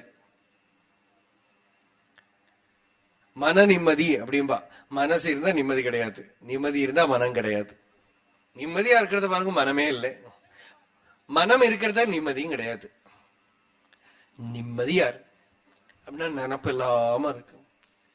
நினப்புல சிக்கனமா இருக்கும். இதுல எல்லாமோ சிக்கனமா இருக்கும், நினப்புல சிக்கனமா. நினப்புல சிக்கனமா இருக்கிறதுக்கு தான் நாமத்தை ஜபம் பண்ணிக்கிட்டே இருக்குங்கிறது. ஏதோ நாமத்தை விடாம ஜபம் பண்ணிட்டு. ஏன்னா மனம் அந்த நினப்பு இந்த நினப்புன்னு போயிட்டே இருக்கும். அதுக்கு பதிலா ஒரே நாமத்தை ஜபம் பண்ணிக்கிட்டே இருக்கும். மனச ஒரு வழியில அனுப்பி ஏக சிந்தனாத் நாசமேதி, ஒரே நினப்புல விட்டு அது முடிவுல மெதுவா அடக்கம் பண்ணி சனைஹி சனைஹி. இந்த மனம் இருக்கே, சுபத்திலையும் அசுபத்திலையும் போயிட்டே இருக்கும். சுபா சுபாபியாம் மார்காபியாம் வஹந்தி வாசனா சரித் பௌருஷேண பிரயத்னேன யோஜனீயா சுபே பதி. இந்த மனம்ங்கிற நதி கொஞ்ச நேரத்துக்கு நல்ல வழியில போகும், கெட்ட வழியில போகும். அதை பலமா பிடிச்சு சத் சங்கத்துல, சாதுக்கள் சங்கத்துல, சாஸ்திர விசாரத்துல, வேதாந்த விசாரத்துல, பக்தியில, தியானத்துல பலமா இருத்தி விட்டுண்டே இருந்து ஒரு புது சம்ஸ்காரத்துடைய ஒரு சேனலை தயார் பண்ண வேண்டியிருக்கு. அசுபேஷு சமாவிஷ்டம் சுபேஷ்வேவ அவதாரயேத் ஸ்வம் மனஹா புருஷார்த்தேன பலேன பலினாம் வர. ராமர்கிட்ட சொல்றார், ஹே ராமா, மனம் அது பாட்டுக்கு பல வழியில போகும், இழுத்துண்டு அதை சுபத்துல இருத்து.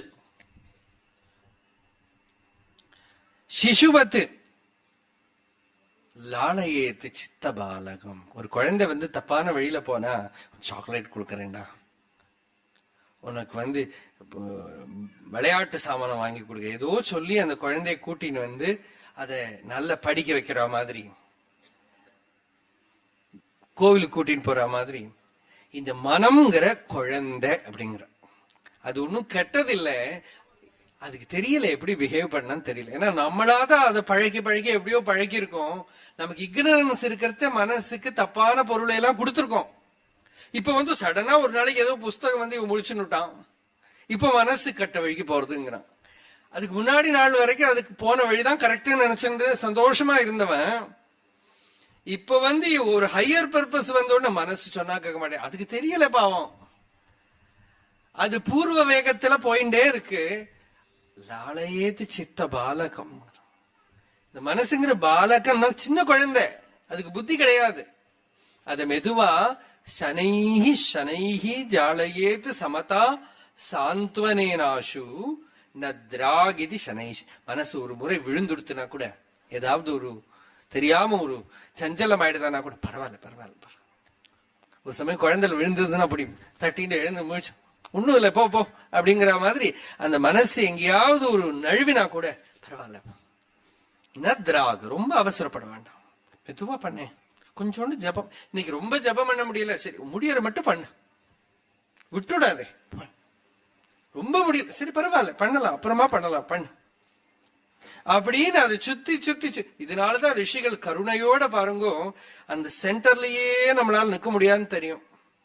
ஸ்ரீகோவில் இருக்கு, அதுக்கு வெளியில ஒரு சின்னதா ஒரு பிராகாரம் இருக்கு, அதுக்கு வெளியில ஒரு பிராகாரம் இருக்கு, அதுக்கு வெளியில ஒரு பிராகாரம் இருக்கு, அதுக்கு வெளியில ஒரு பிராகாரம் இருக்கு. எவ்வளவு பிராகாரம் இல்லையா? இந்த அத்தியாத்ம வாழ்க்கைக்கும் சென்டர்ல இருக்கிறது ஞான நிஷ்டைங்கிற பிராகாரம், பக்கத்துல இருக்கிறது சிரவணம் மனனம் நிதித்தியாசனம்ங்கிற பிராகாரம், அதுக்கு இந்த பக்கம் வந்துடுத்துனா சாஸ்திர விசாரம்ங்கிற பிராகாரம், அதுக்கு இந்த பக்கம் வந்துடுத்துனா ஏதோ ஜபம் பண்றதுங்கிற பிராகாரம், அதுக்கு இப்படி வெளியில வந்ததுன்னா ஒண்ணும் இல்லைன்னா ஒரு அனுஷ்டானம், ஏதோ ஒரு அனுஷ்டானம் பண்ணி இருக்கு, அந்த பிரகாரத்தை விட்டு வெளியில போகாத. எதுவும் பண்ண முடியலையா, உனக்கு ஞான நிஷ்டை இல்லையா, வேண்டாம், பக்தி பண்ணு, நாம ஜபம் பண்ணு, தியானம் பண்ணு, சத்கிரந்த பாரு, அப்படியே ஒன்னும் இல்லை. எனக்கு இன்னும் சில பேர் சொல்றா, ஒன்னும் மனசெல்லாம் நிக்க மாட்டேங்கிறது, நான் எப்படி அனுஷ்டானங்கள்லாம் பண்ண. அனுஷ்டானத்துக்கு மனசு நிக்கணும்னு யாரு சொன்னா? சில பேர் ஜபம் பண்ற போது சொல்லுவோம் மனசே நிக்க மாட்டேங்கிறது. எப்படி ஜபம்? மனசு நின்னா நீ ஏன் ஜபம் பண்ணணும்? மனசு அப்படியே நின்றுடுத்துனா ஜபம் பண்ணவே முடியாது. நீ பாட்டுக்கு ஜபம் பண்ண. மனசுக்கு ஒரு ஹோல் வேர்ல்டு டூர் டிக்கெட் வாங்கி கொடுத்துட்டு ஜபம் பண்ணு. மனசுகிட்ட சொல்லு, நீ எங்க வேணா போ, நான் ஜபத்தை நிறுத்த மாட்டேன், அவ்வளவுதான். நான் பாட்டுக்கு இவ்வளவு ஜபம் பண்ண போறேன், நீ போ, அமெரிக்கா போ, ஆப்பிரிக்கா போ, சொர்க்கத்துக்கு போ, நரகத்துக்கு போ, எங்க வேணா போயிட்டு போ, இந்த ஜபம் பண்ணி முடிப்பேன். ஏன்னா குரு கட்டளை, நீ நான் சொன்னா கேட்க மாட்டேன், நான் குரு சொன்னா கேட்டாகணும். மனசுகிட்ட சொல்றோம், நீ நான் சொல்றது கேட்க போறதுல நீ உன் இஷ்டப்படி போ, நான் என் குரு சொன்னதை கேட்டு நீங்க ஜபம் பண்ணிட்டு இருக்கேன், நீ உன்னோட இஷ்டப்படி சுத்திட்டு வரணுமானா வா அப்படின்னு இருக்கிற போது இந்த மனசு என்னைக்கோ ஒரு நாளைக்கு வந்துட்டு நான் பக்கத்துல வந்துக்கிறேனே அப்படின்னு ரொம்ப ஜாக்கிரதையா இருக்கணுமா. அது என்ன பண்ணும், சேர்ந்து ஏகாகிரமா கான்சென்ட்ரேஷன் எல்லாம் கொடுக்கும். அப்புறம் நம்ம ரொம்ப அதுகிட்ட ஃப்ரெண்ட் ஆயிட்டோம், இன்னைக்கு சினிமா போயிட்டு வருவோம் அப்படின்னு. அதனால அந்த மனசு கிட்ட ஒரு நான் கோஆபரேஷன் மூவ்மெண்ட் கத்துக்கணும், அப்பதான் ஃப்ரீடம் வரும். அந்த காந்திஜியோட நான் கோஆபரேஷன் மூவ்மெண்ட் இருக்கு, அது சாதகன் மனசு கிட்டையும் கத்துண்டு ஆகணும். மன நிரபேட்ச சாதனா இல்லையா? இல்லாட்டா அனுஷ்டானங்கள்லாம் பண்ண முடியாது. ஏன்னா நமக்கு பிடிச்சதானா எல்லாம் உட்கார்ந்து தியானம் பண்ணுவோம், பிடிக்கலைன்னா எல்லாத்தையும் விட்டுடுவோம். அதனால பிடிச்சதுனாலும் சரி பிடிக்காட்டாலும் சரி இந்த சரீரம் எதை பண்ணணுமோ அது பண்ணும் அப்படின்னு நாம பண்ணினோமானால் கொஞ்ச நாள்ல மனம் மெதுவா சுத்தி சுத்தி சுத்தி சுத்தி சுத்தி சுத்தி, ஏன்னா பூர்வ வேகம் பழைய போர்ஸ் இருக்கே அது அடங்க அடங்க அடங்க புது சம்ஸ்காரத்துக்கு அது புகுந்துக்கும். தேவிகம்மா கூட சொல்லிட்டு இருந்தா, சுவாமி சொன்னார், first you chits in a place then the mind will chit. ஒரு அனுஷ்டானம் ஒரு நிஷ்டைன்னு இருந்தால் மெதுவா மனசு காலம் பிடிக்கும். ஏன்னா நாம ஒண்ணும் இல்லாத குப்பை இல்லையா, எஜுகேஷன் விட்டு நர்சரியில இருந்து டிகிரி போஸ்ட் கிராஜுவேஷன் வேற வந்து என்னென்னலாமோ படிச்சோம். இப்பவும் 8 16 தவிர ஒன்னும் தெரியாது. என்னெல்லாமோ ஹிஸ்டரி பிசிக்ஸ் கெமிஸ்ட்ரி அது இது எது இதெல்லாமோ படிச்சோம். இப்போ அந்த புஸ்தகத்தை எடுத்து பார்த்து இதெல்லாம் நம்ம படிச்சோமா ஒன்னும் தெரியல, வேஸ்ட் இல்லையா. நிறைய பேர் இது ஏதோ படிச்சுட்டா அதுக்கு தகுந்தபடி வேலையே பண்ணல, வேற ஏதோ வேலை. இப்படி லைஃப்ல ஸ்கூல்லயும் காலேஜ்லயுமா லைஃப்ல இவ்வளவு வருஷம் வேஸ்ட் பண்ணா நாம கொஸ்டினே பண்ணல. கொஞ்சம் வருஷம் சாதனையில போகட்டுமே, பகவன் நாமத்தை ஜபம் பண்றதுல போகட்டுமே, ஆத்ம விசாரத்துல போகட்டுமே, கிரி பிரதட்சணம் பண்ணியே போகட்டுமே. சுத்தின்டே இருக்கும், ஏதோ பண்ணிட்டே இருக்கும். பக்தாண்டா என்ன சொல்றேன்னா, பகவானே என் செயல் பணி செய்து கிடப்பதே இல்லையா, நான் இது பண்ணிட்டே இருப்பேன், எனக்கு ஒன்னும் வேண்டாப்பா, எனக்கு பக்தியும் வேண்டாம், தியானமும் வேண்டாம், சமாதியும் வேண்டாம். ஒரு பக்தர் சொன்னார், எல்லாருக்கும் நமஸ்காரம், சமாதிக்கு ஒரு நமஸ்காரம், தியானத்துக்கு ஒரு நமஸ்காரம், முக்திக்கு ஒரு நமஸ்காரம், நீங்க எல்லாம் சௌக்கியமா இருங்கோ, நான் இந்த பணிவிட பண்ணிட்டே இருக்கேன். சந்தியாவந்தன பத்ரமஸ்து பவதேன்னு அவர் சொன்னார். நம்ம இப்படி மாத்தி போதேன், மோக்ஷத்துக்கு ஒரு நமஸ்காரம், பக்திக்கு ஒரு நமஸ்காரம், ஞானத்துக்கு ஒரு நமஸ்காரம். தியானம் வரலையா, ரொம்ப சந்தோஷம், தியானமே நீ போயிட்டு வா. எல்லாத்துல இருந்து ஃப்ரீடம் வரணும். இதெல்லாம் ஒரு mental pleasure. You should not get addicted to anything. தியானம் வந்ததா சரி, தியானம் வந்து இருந்து ஒரு அதிதி கெஸ்ட் இருந்துட்டு போ. நீங்க தியானத்துக்கு அடிக்டட் ஆயிட்டீங்கன்னா நாளைக்கு மனசு சஞ்சலமான அதுக்கு ப்ராப்ளம் ஆயிடும். சத்தோ குணம் ரஜோ குணம் தமோ குணம் எதுலயும் பற்றிக்கப்படாது. தியானம் வந்தது அவ வந்துட்டு போ. இல்ல மனசு சஞ்சலமா இருக்கு, இருந்துட்டு போயேன். இப்ப ஏதோ ஆசிரமத்தை வெளியில் நடந்தா குரங்கு என்னன்னு நம்ம என்ன பண்ண முடியும், அதுகிட்ட போய் நாம ஐடென்டிஃபை பண்ணிக்க முடியுமா? அந்த மாதிரி மனசு உள்ள சஞ்சலமா இருந்தா இருந்துட்டு போறது, டென்ஷனா இருந்தா இருந்துட்டு, டிப்ரெஷனா இருந்தா இருக்கட்டும், என்ன பண்ண முடியும், இருக்கட்டும். இப்போ இன்னைக்கு ஒரு நாளைக்கு கிளைமேட் நேற்றுக்கு ஒரு மாதிரியா இருந்து நம்ம என்ன பண்ண முடியும் இல்லையா? அந்த மாதிரி இன்னைக்கு டிப்ரெஷனா இருக்கா, இருக்கட்டுமே. நல்ல உற்சாகமா இருக்கா, ரொம்ப சந்தோஷம், இருக்கட்டும். நாளைக்கு எக்ஸ்பெக்ட் பண்ண முடியாது. இது இன்னைக்கு ரொம்ப சமாதானமா தியானம் சௌக்கியமா இருக்கு, நாளைக்கு இப்படி இருந்தா ஒண்ணும் வராது. இதுதான் குணம்ங்கிறது. இந்த குணத்துல பற்றிக்காதே, ஒட்டிக்காதே. அது இருக்கிறபடி இருக்கட்டும், நீ இருக்கிறபடி இரு. அது எங்க இருக்கணுமோ அங்க இருக்கட்டும், நீ இருக்கிற இடத்துல நீ இருந்து, நீ இது எதுவும் இல்லாம பூர்ண வஸ்து. சரீரத்துடைய செயலோ மனதுடைய எண்ணங்களோ இன்னமும் தூக்கம் சமாதி தியானம் முதலான நிலைகளோ ஆத்மாவுக்கு ஒன்னும் பிரயோஜனம் இல்லை. ஆத்மா இது எதையும் ஆசிரியிச்சுண்டு பூர்ணம் இல்லை. ஆத்மா ஸ்வயம் பூர்ணம். அதுக்கு செயலும் வேண்டாம், எண்ணங்களும் வேண்டாம், தியானமும் வேண்டாம், எதுவும் வேண்டான்னு இல்லை. அதை ஒட்டிண்டு அதை ஆசிரியிச்சுன்னு அது பூர்ணம் இல்லை, அது ஸ்வயம் பூர்ணம். அந்த பூர்ணத்துவத்தை எதுனாலையும் எந்த விதத்திலையும் சலனம் பண்ண முடியாது. அப்படியேங்கிற ஒரு பூர்ண முழுமையான அறிவு இருக்கோ இல்லையோ, அந்த அறிவு தான் குருவோட அருள்ங்கிறது. அந்த அருள் யாருக்கு வந்துடுத்தோ அவன் unconditionally he becomes free. Unconditional freedom. It is not conditional freedom. இது இருந்தா நான் சந்தோஷமா இருப்பேன் அப்படி இல்லை. என்ன இருக்கட்டும், எப்படி வேணுமானா இருக்கட்டும், சந்தோஷம்தான்.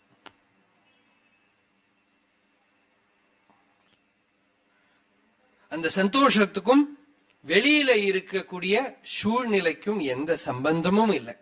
அப்படி இருக்கக்கூடிய ஒரு சுவாதந்திரியத்தை வசிஷ்ட பகவான் ராமருக்கு உபதேசம் பண்ணக்கூடியதே இந்த யோக வாசிஷ்டம்ங்கிற இந்த சிறந்த நூல், அந்த நூல் முதல்ல வசிஷ்டருக்கு பிரம்மா உபதேசம் பண்ணினார். வசிஷ்டர் ராமருக்கு உபதேசம் பண்ணினார். ராமர் லக்ஷ்மணர் சீதை வாளுக்கெல்லாம் உபதேசம் பண்ணினார். அந்த வசிஷ்டர்கிட்ட இருந்து இன்னொரு பரம்பரை வந்தது. சக்தி, பராசரர், வியாசர், சுகர், கௌடபாதர், கோவிந்த பகவத் பாதர், சங்கரர், பத்மபாதர், தோடகர், அப்படி ஒரு பரம்பரை. இப்படி பல பரம்பரைகள் இருக்கு. வசிஷ்டர் ராமருக்கு உபதேசம்னா அதே வசிஷ்டர் பிள்ளையான சக்தி அந்த பரம்பரையாக்கும் நாம அத்வைத ஞான பரம்பரையா வச்சுருக்கோம். நாராயணம், பத்மபுவம், வசிஷ்டம், சக்திம், தத்புத்திர பராசரம் ச வியாசம், சுகம், கௌடபதம், மகாந்தம், கோவிந்த யோகீந்திர மதாஸ்ய சிஷ்யம். அந்த ஞானத்தை, அந்த பரம்பரை ரமண பகவான் இடத்துல சொல்றது, ஒரு குருதான் இருக்கார், வாழை கண்ணு போடுற போல அந்த தட்சிணாமூர்த்தி போட்ட கண்ணு தான் திருப்பி திருப்பி திருப்பி வந்துட்டு இருக்கு அப்படின்னு.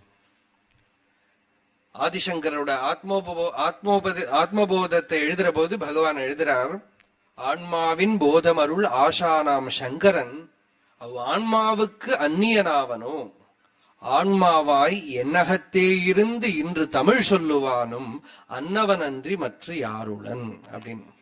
இதுல சங்கராச்சாரியன் ஒரு ஆளு எனக்குள்ள இருந்து சொல்றாருல, ஆத்மா, அந்த ஆத்மாதான் சங்கரனுக்குள்ள இருக்கு, ஆத்மாதான் எனக்குள்ள இருக்கு, ஆத்மாதான் எல்லாருக்குள்ள இருக்கு. அந்த ஞான வஸ்து, அந்த ஞான வஸ்து தான் ராமர், வசிஷ்டர், நம்ம எல்லாரும். அதே தத்துவம் தான் இங்க இருந்து சொல்றது, அதே தத்துவம் தான் உங்க உள்ள இருந்து அதை கேட்கறது. இங்க ஒரு ஆள் இருந்து சொல்லி அங்க ஒரு ஆள் இருந்து கேட்டா எஃபெக்ட் ஆகாது.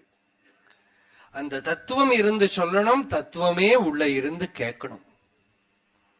அந்த சித் வஸ்துவே உள்ள இருந்து கேட்கணும். எந்த குரு சொல்றாரோ அந்த குருவே தான் உள்ள இருந்து ரிசீவ் பண்ணிக்கிறார். அவரே தான் அதை அனுபவப்படுத்துறதுக்கு இருக்கிற பவரை நமக்கு கொடுக்கிறார். அதனால ஒரு விதத்துல சொன்னோமானால் இது ஒரு சும்மா இருக்கல் தான். சத் சங்கம்ங்கிறது ஒரு சும்மா இருக்கல். சும்மா இருந்தா சத் சங்கம் இருக்கும். ஏதாவது பண்ணா சத் சங்கம் குழப்பமாயிடும். சத் சங்கம் சும்மா இருக்கல். கேட்கிறவர் சும்மா இருக்கா, சொல்றவர் சும்மா இருக்கார், யாரோ பேசிட்டு இருக்கா, அவரே பேசுறவரே ரிசீவ் பண்ணிட்டு இருக்கார். அப்படி இருந்தா தான் அது தூய்மையான அந்த பூர்ண நிலை, ஞான நிலை அது கொடுக்க முடியும். அதனால குரு சாஸ்திர பிரமாணைஸ்து நிர்ணீதம் தத் ஆச்சர தாவதாச்சரம். ராமர் கிட்ட வசிஷ்டர் சொல்றார், தர்மசாஸ்திரங்கள் எல்லாம் நமக்கு பிரமாணமாகிறது எது வரைக்கும் அப்படின்னா, நமக்கு பூர்ணமான ஞான நிலை வர வரைக்கும் தர்மசாஸ்திரங்கள் என்ன சொல்றதோ, குருமார்கள் என்ன வழிகாட்டுறாளோ அப்படிதான் நடந்தாகணும். அப்படி நடந்தால் என்ன பிரயோஜனம்? சித்த சுத்தி.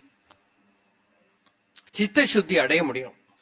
சித்த சுத்தி அடையறதுக்கு நம்ம மனசுக்கு தோன்ற மாதிரி இருக்கப்படாது. நம்ம என்ன நினைச்சுக்கிறோம், ஃப்ரீடம்னாக்கா மனசுல எனக்கு தோன்றதெல்லாம் பண்றதுக்கு ஃப்ரீடம். அதான் இன்னைக்கு இருக்கு அலங்கோலமா, தோன்றதெல்லாம் பண்றது இல்லையா? ஸ்பிரிச்சுவல் லைஃப்ல கூட அது வந்துடுது. தோன்றதெல்லாம் எழுதுறது, தோன்றதெல்லாம் புதுசா. அத்தியாத்மத்துல ஒன்னும் புதுசு வரவே முடியாது. அதனால்தான் பகவத் பாதால் சொன்னா, சம்பிரதாயமா இல்லையானால் எவ்வளவு புத்திசாலியா இருந்தாலும் அதை ஏத்துக்காதேங்கிறோம். சம்பிரதாயம்னா என்ன? இருக்கிறது எது ஸ்ருதி பிரமாணமா இருக்கோ, எது வேத வேதாந்தங்கள்லாம் எதை கூறி இருக்கோ அதுவே தான் ஒரு குரு கிட்டே இருந்து நமக்கு கிடைக்கணும். அதுவேதான் சாஸ்திரத்துக்கிட்டே இருந்து நம்ம கிடைக்கணும். இதை நான் ஒரு புது இதை டெவலப் பண்ணியிருக்கேன் அப்படின்னா நம்பாதேன். புதுசா நான் ஏதோ கண்டுபிடிச்சிருக்கேன்னா டேஞ்சர். ராமகிருஷ்ணர் சொல்லுவார், இந்த போக்காச்சி தவளைன்னு ஒண்ணு உண்டு, பெரிய தவளை. இந்த நீர் பாம்பு இருக்கோ இல்லையோ, நீர் பாம்பு வாயில அது மாட்டின்னு கொடுத்தான். இந்த நீர் பாம்புக்கு இது முழுங்கவும் முடியாது, தவளைக்கு இதுல இருந்து வெளியே வரவும் முடியாது. இந்த மாதிரி தன்னலம் இருக்கக்கூடிய ஒருத்தன் குருவா நினைச்சுட்டு ஒரு சிஷ்யனை பிடிச்சுட்டான்னா, இந்த சிஷ்யனும் மாட்டிப்பான் அவனும் மாட்டிப்பான், ரெண்டு பேருக்கும் விட்டு வெளியிலேயே போக முடியாது. அதனால வசிஷ்டர் சொன்னார், ஹே ராமா, சாஸ்திர பிரமாணம் எப்பவும் நம்ம பின்னால இருக்கணும். ஒரு கால் நம்ம ஒரு பிரவர்த்தி பண்ற போது சந்தேகம் வருதானா, இது சரியா இது சரியா அப்படின்னு தோன்றதானா, சாஸ்திரம் என்ன சொல்றது பாரு. சந்திக்தாயாம் அப்படி விஷம் சுபமேவ சமாச்சாரம். நீ பண்றதுனால யாருக்கு எந்த கெடுதலும் வராத ஒரு கர்மா பண்ணு, இல்லையானா பேசாம இரு. சித்த சுத்தி அடையறதுக்கு அதுவே வழி. சுத்தமான சித்தத்துல ஞானம் எளிஷா லலிதமா சுலபமா பிரகாசமாகும். அந்த ஞானத்தை அடையிறதே நமக்கு வாழ்க்கைக்கு லட்சியம். ஞானத்தினாலதான் முக்தி, பூர்ணமான அந்த விடுதலை, ஆனந்தம், சாந்தி நமக்கு வரும். யத் அதி சுபகம் ஆர்ய சேவிதம் தத் சுபம் அனுசிருத்ய மனோஜ்ஞபாவ புத்தியாம் அதிகமய பதம் சதா விஷோகம் ததனு ததப்யாவமுச்சிய சாது திஷ்ட. ராமன் கிட்ட வசிஷ்டர் சொல்றார்,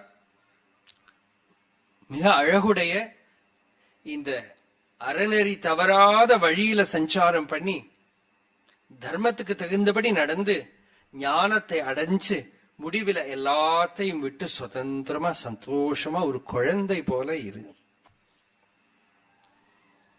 நிம்மதியா இரு, சாந்தியோட இரு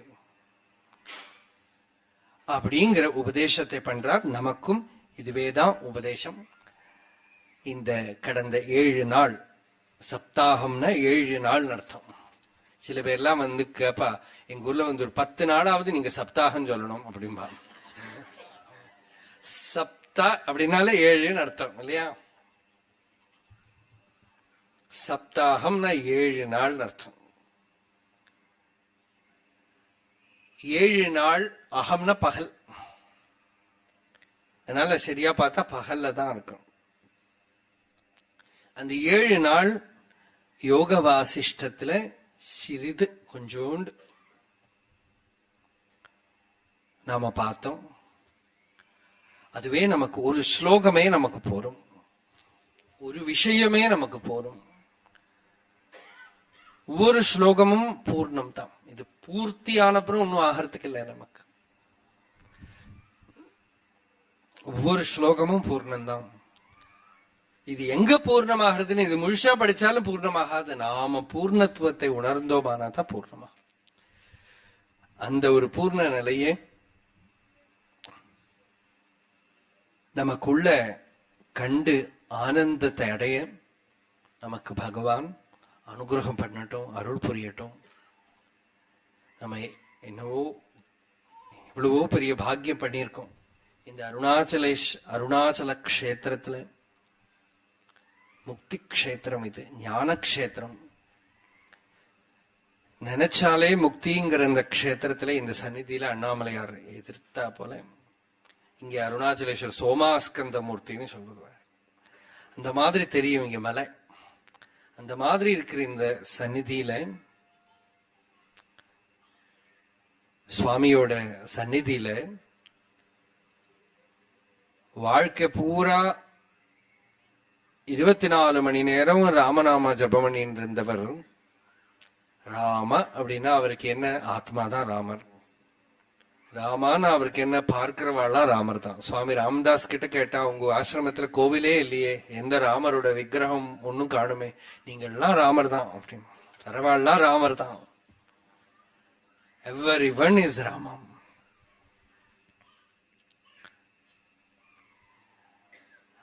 அந்த நிலையில தான் அவர் வந்து ஃபாதர் அலோன் எக்ஸிஸ்ட், அவர் மந்திரம் மாதிரி. அதுதான் அவரோட தண்டம். அது nothing else, no one else. நமக்கு எப்பாவது துன்பம் வரபோது இது ஒரு மந்திரம். பகவான் மட்டும்தான் இருக்கார், வேற யாரும் கிடையாது. யாருக்கிட்டையாவது வெறுப்பு வந்தா இதை விட பெரிய மந்திரம் என்ன இருக்கு? பகவான் மட்டும்தான் இருக்கு, வேற யாரும் கிடையாது. அட்டாச்மெண்ட் வந்தாலும் பகவான் தான் இருக்கார், வேற யாரும் கிடையாது. ஏதாவது துன்பம் வந்தது அந்த ரூபத்துல பகவான் தான் வந்திருக்காரு. மா ஆனந்தமயமா ஒரு முறை அவளுக்கு உடம்புல முடியாம ஆனப்போ யாரோ சொன்னா, இதுக்கெல்லாம் ட்ரீட்மெண்டே பண்ணிக்கல. அப்போ அவ சொன்னா, அது ஏன் எப்படி நான் ட்ரீட்மெண்ட் பண்ணுவேன், நீங்கெல்லாம் வரபோது உங்களை நான் போ அப்படிங்கிறேனா? In your form he alone comes, in the form of that disease also he has come. அது இருந்து அது பாட்டுக்கு போறது. அதான் அத்வைதம். அத்வைதம்னா சும்மா கடம் படம்னு உடைச்சுட்டு இருந்தா அத்வைதம் ஆகாது. நமக்கு அனுபவத்துக்கு வராதது ஒன்னும் பிரயோஜனம் இல்லை. அத்வைதம்ங்கிறது என்ன விதத்துல அனுபவம்னா, அந்நியத்தை கல்பனையிலேருந்தே துறக்கணும். சும்மா புத்தியினால புரிஞ்சுனா மாத்திரம் போறாது. அந்த ஒரு பூர்ணத்துவத்தை சிறிது கூட நமக்கு கிடைச்சதானாலே பெரிய விஷயம்.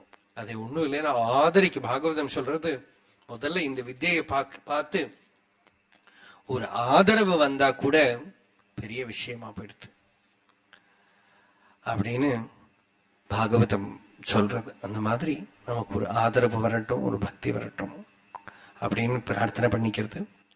அருணாச்சல சிவ அருணாச்சல சிவ அருணாச்சல சிவ அருணாச்சல அருணாச்சல சிவ அருணாச்சல சிவ அருணாச்சல சிவ அருணாச்சல.